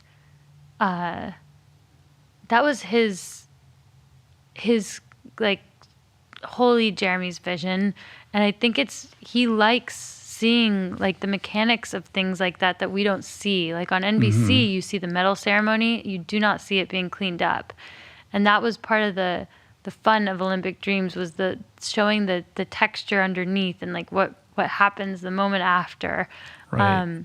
And I really love that you pointed that out because it's when you're at these events in person, as I'm sure anyone who is involved in other like events, there's so much more that goes into it than just the event. Right. The medal It's like when ceremony. you're at Disneyland and there's a whole like city underneath your feet of people that make that whole place function. Yeah, it's so strange. And it's not sad. I think it's just interesting. Right? Well, I think it gives you perspective. Like, Yeah. oh, I thought this was like one thing, but I realized like maybe this isn't everything I thought it was. You could put a sad spin on it. I don't think it's necessarily sad, but Yes. maybe like I see it as more transactional. Like this is a commercial enterprise, Interesting. Yeah. which maybe is cynical. Yeah. Or maybe Because I love the Olympic dream. I'm not casting Yeah, aspersions on that, but the production of the Olympics is different from the aspiration of the Olympic dream. Yeah, but at the same time, like when you think about all the volunteers or all the people that make those moments happen, it's also cool to think about that it is so much more than just the athletes and the spectators. Like Right. there is this whole like you know, there are those people that make it actually happen. And we actually got to interact with quite a few of those people because when we were, you know, when we shot in, for example, the Olympic Stadium with the flame with nobody in there, Right. we had people helping us like open those gates who knew we were there to do the movie, and just to know like there are all these people who have been at so many games, but on the other side, they're the ones making it happen. It's kind of cool. Like it's Yeah. kind of like when you think about like the chaperones at the dance. You're like, yeah, we need those. We need the people to help make prom, and Well, It's you cool. give some attention to those people in recounting your own experience just before competing in the book, where Oh, yeah. you talk about like the timing chip person and the people Yeah. that are telling you go here, and like some people are very detached from that role and some people are like very nurturing, and Yes. but just recognizing that there are all these human beings that are like, you know, the grease to to the engine. And they are not your parents and they are not your coach. Right? And that's where you're like, well, aren't the coaches there? And it's like, actually, quite a bit of the Olympic experience is you taking You're it in. away from and that. Yeah, you're away from that. And that can really scare people because so I think that where people go wrong with, I think the right approach to the Olympics is to not see it like any other event, to see it as something exceptional and different. When we try to sterilize it and create it to be just like every other race or every other experience, it will never be that. It is so different. And the people that I knew who tried to recreate their comfort zone didn't do as well because it's not your comfort zone. It's different. Right. And maybe Right. that's like a lesson for anything we've never done before. Like it will be different, and control what you can control, but also embrace that some of these things are just going to be different. Yeah, I mean, I understand the impulse to try to reduce it down to size so that it becomes manageable, because when your whole life is oriented around that moment, it's very overwhelming, right? So Yeah. to say, like, I'm just going to make this like every other race, but then you're less resilient when you arrive and you're told to do all these things and you're kind of instructed to go here and there and it's all very different, that's going to throw you off and destabilize you and perhaps undermine the performance that you're trying to create for yourself. Yeah. Yeah. If you could be in the village, where would you like to be? Or what was like the most... Well, I mean, I'm obsessed with the Olympics, but I've never attended an Olympics, so I don't know what that experience would be like. I have lots of friends who've been Olympians, but, you know, it was cool in the movie. I was like, oh, that's what it looks like inside, you know, the thing. It just looked like really cold and like a bunch of was really tents. Yep, You that's know? sort of what it feels It was like. it pulled the veneer off like the glamour, you know, projection that I had, I think.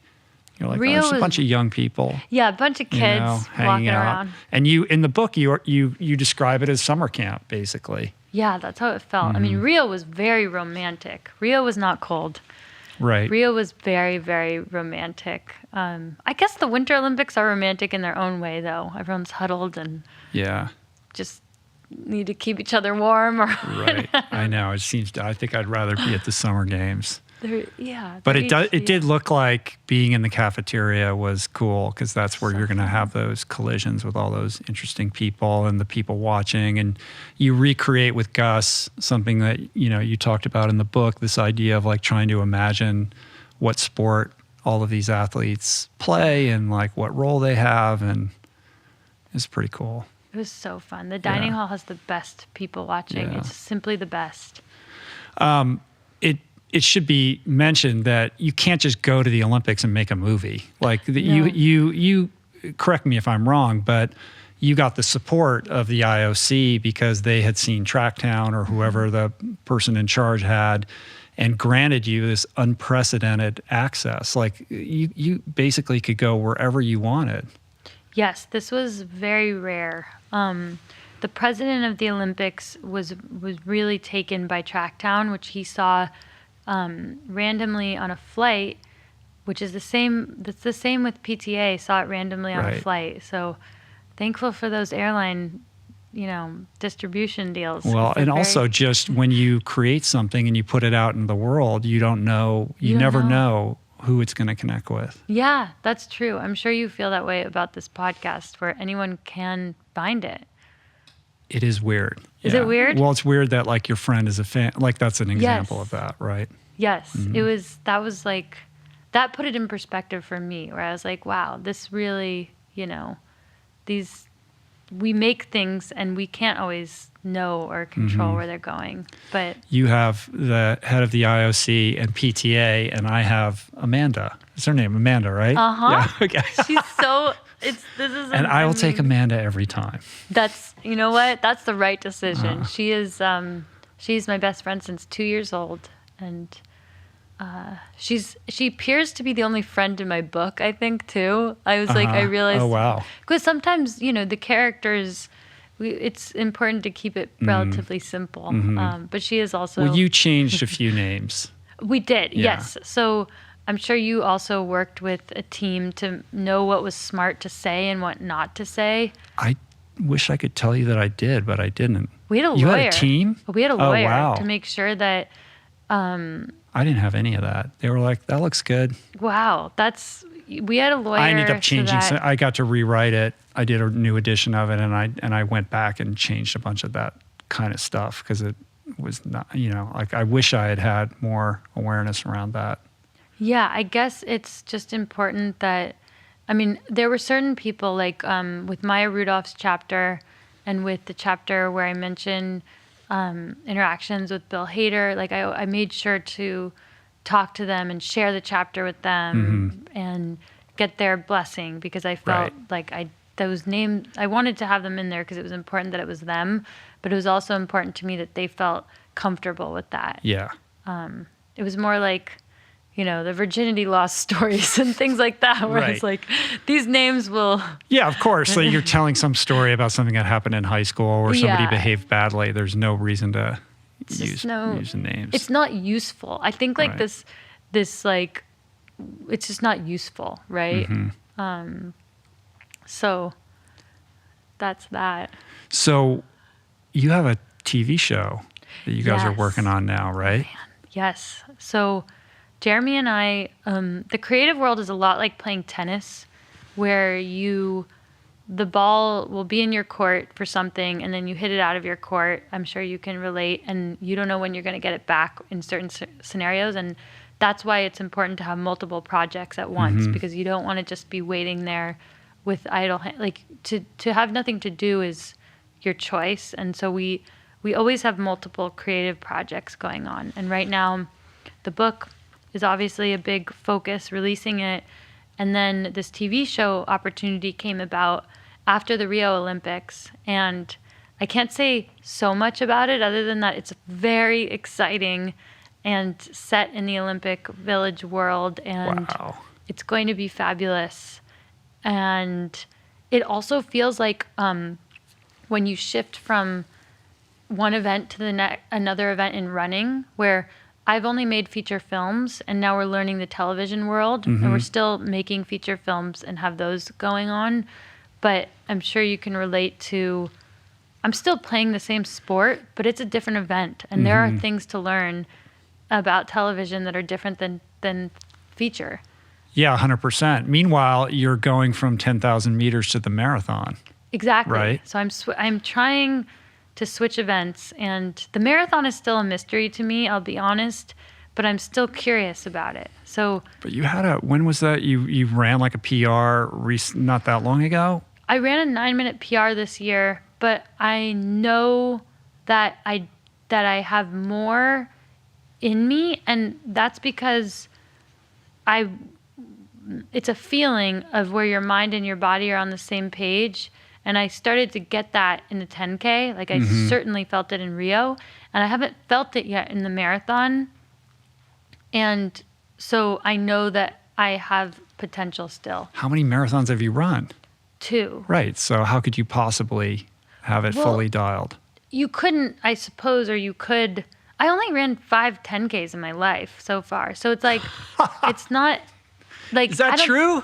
That's true. I Wow. think Rio was my 5th or something. Or Rio might have even been my 4th. That's Like, crazy. I'm a late bloomer in the sport, and I don't think it's how many times you've run the event. I think it's like, I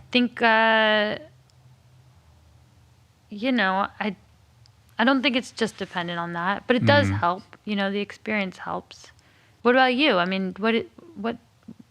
Look at you trying to turn the table. I'm always not trying to gonna- turn it no, on I you. let you do it once or twice, but we're done with that.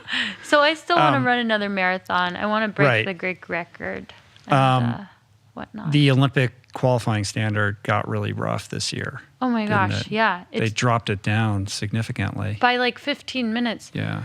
I think that is going to change the dynamic at the Olympics, where it'll change it a bit, right? Because if a standard is more accessible, it means that you're definitely getting the best in the world, not just the best, or you're getting the best of the world when it's accessible. And the faster and faster the standard gets, the more you're getting the best in the world. So it's a shift, Right. I think. So you still would have to drop a little bit of time for you to make that standard and compete Yes. for Greece, right? So how is it looking for Tokyo? Well, that time is competitive but doable. That's how I feel about it. And I think part of it has been where and when are the racing opportunities. And there have been a few, but it's normally, because of COVID, it's normally not the case that you're wondering, will I get a chance to race safely? It's normally like, can I run this time? Right. And now there's both of those factors. And so most of COVID, I've been focused. Well, first of all, I was supposed to run a race in March, and I went over to Greece You got stuck. for 5 right? months. Like, I was supposed to be there for like 3 weeks. And so that was a really, life-changing experience.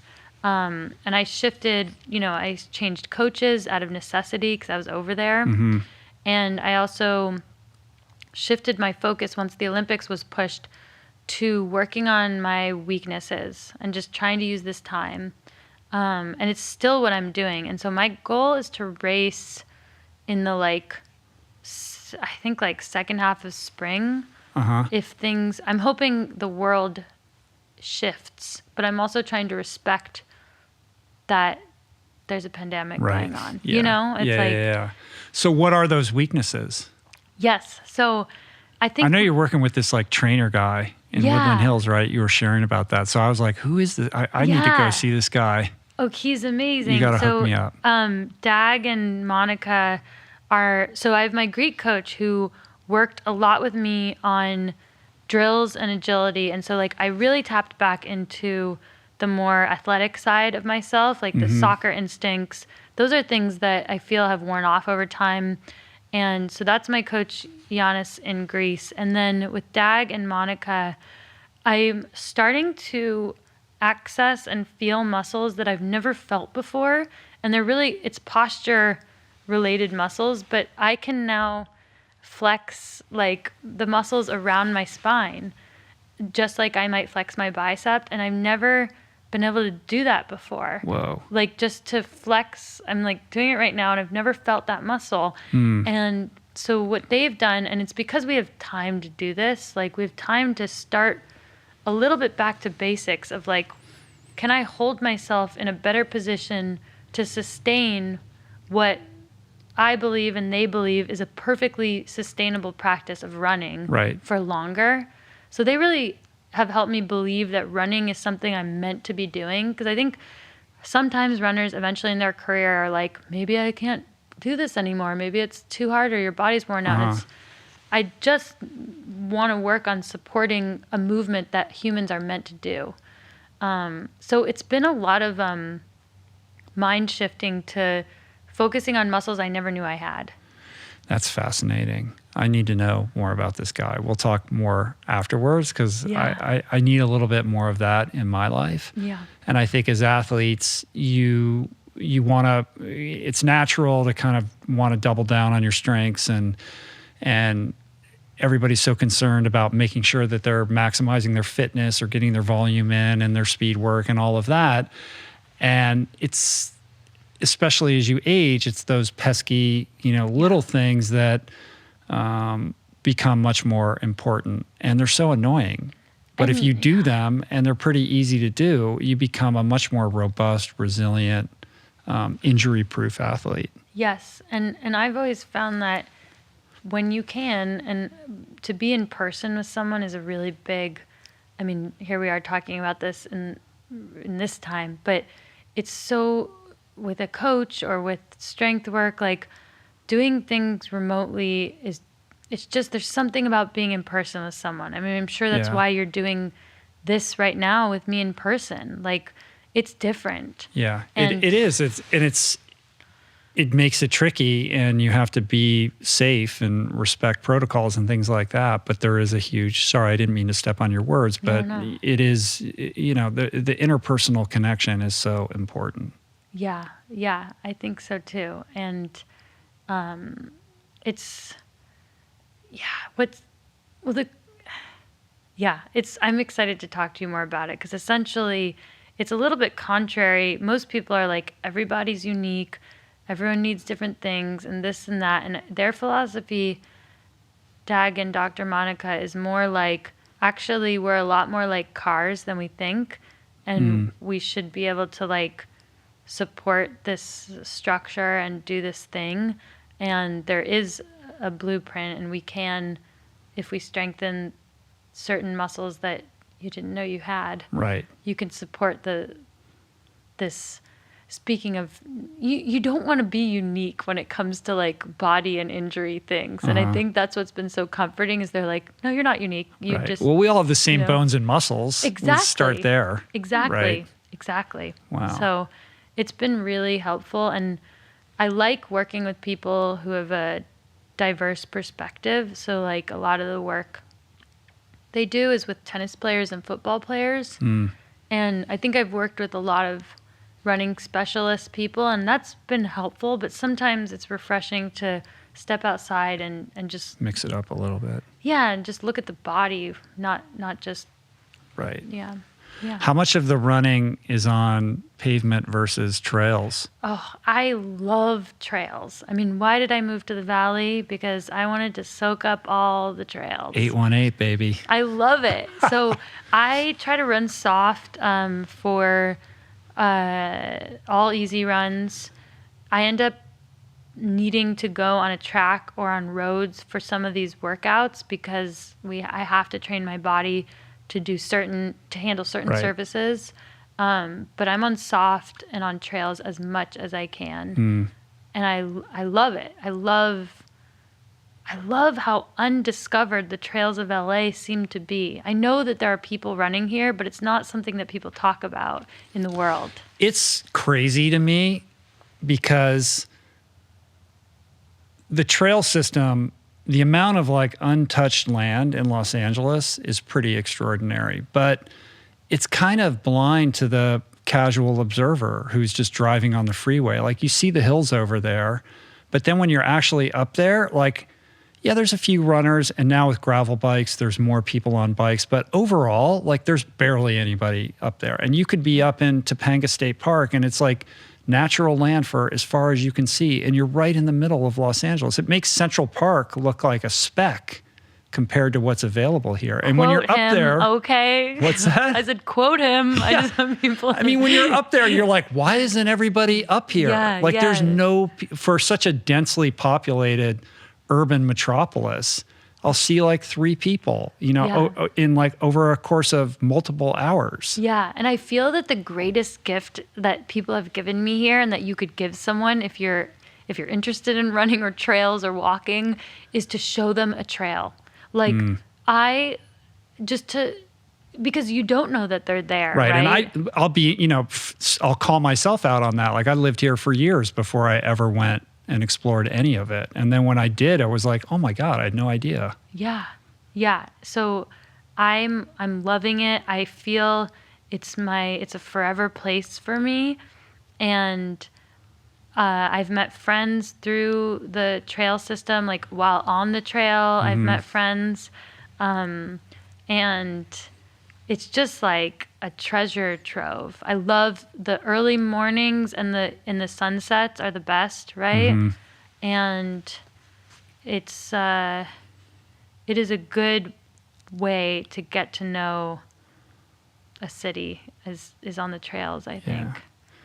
Well, we got to end this shortly here. I don't want to be too indulgent with your time, but before I let you go, I think a good way to end it is with just a few sort of bravey thoughts for the person who's listening, who's maybe feeling stuck or struggling or feels like they're not entitled to have a dream or that aspirational life that they seek, just feels too inaccessible.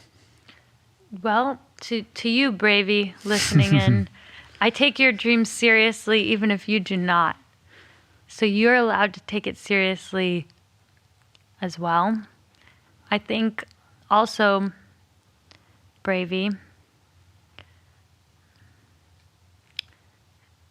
the way that you feel right now will probably not be how you feel forever, even if it seems like you will. I think that would have been a nice thing for someone to tell me. I think my dad sort of did tell me when I was feeling really down, but I didn't believe him. So I hope that helps. And just know that we're satellite teammates. I love it. Sometimes people That's just want a great. teammate. I don't know what to say. I'm so excited that you live here. No, listen. I only have one friend, okay? I am in love with everything that you are about. You just delight me. And I'm so pleased that you took the time to come here you and for share having today. me. I I want love, to tell you more about our film projects, too. please, you're Just going to for come over fun. for dinner and I'm going to subject you to a lot of vegan food, I'm whether you down. like it or not. One of my training partners is vegan, and I lived with her in Mammoth for a month. Uh-huh. And I learned so much.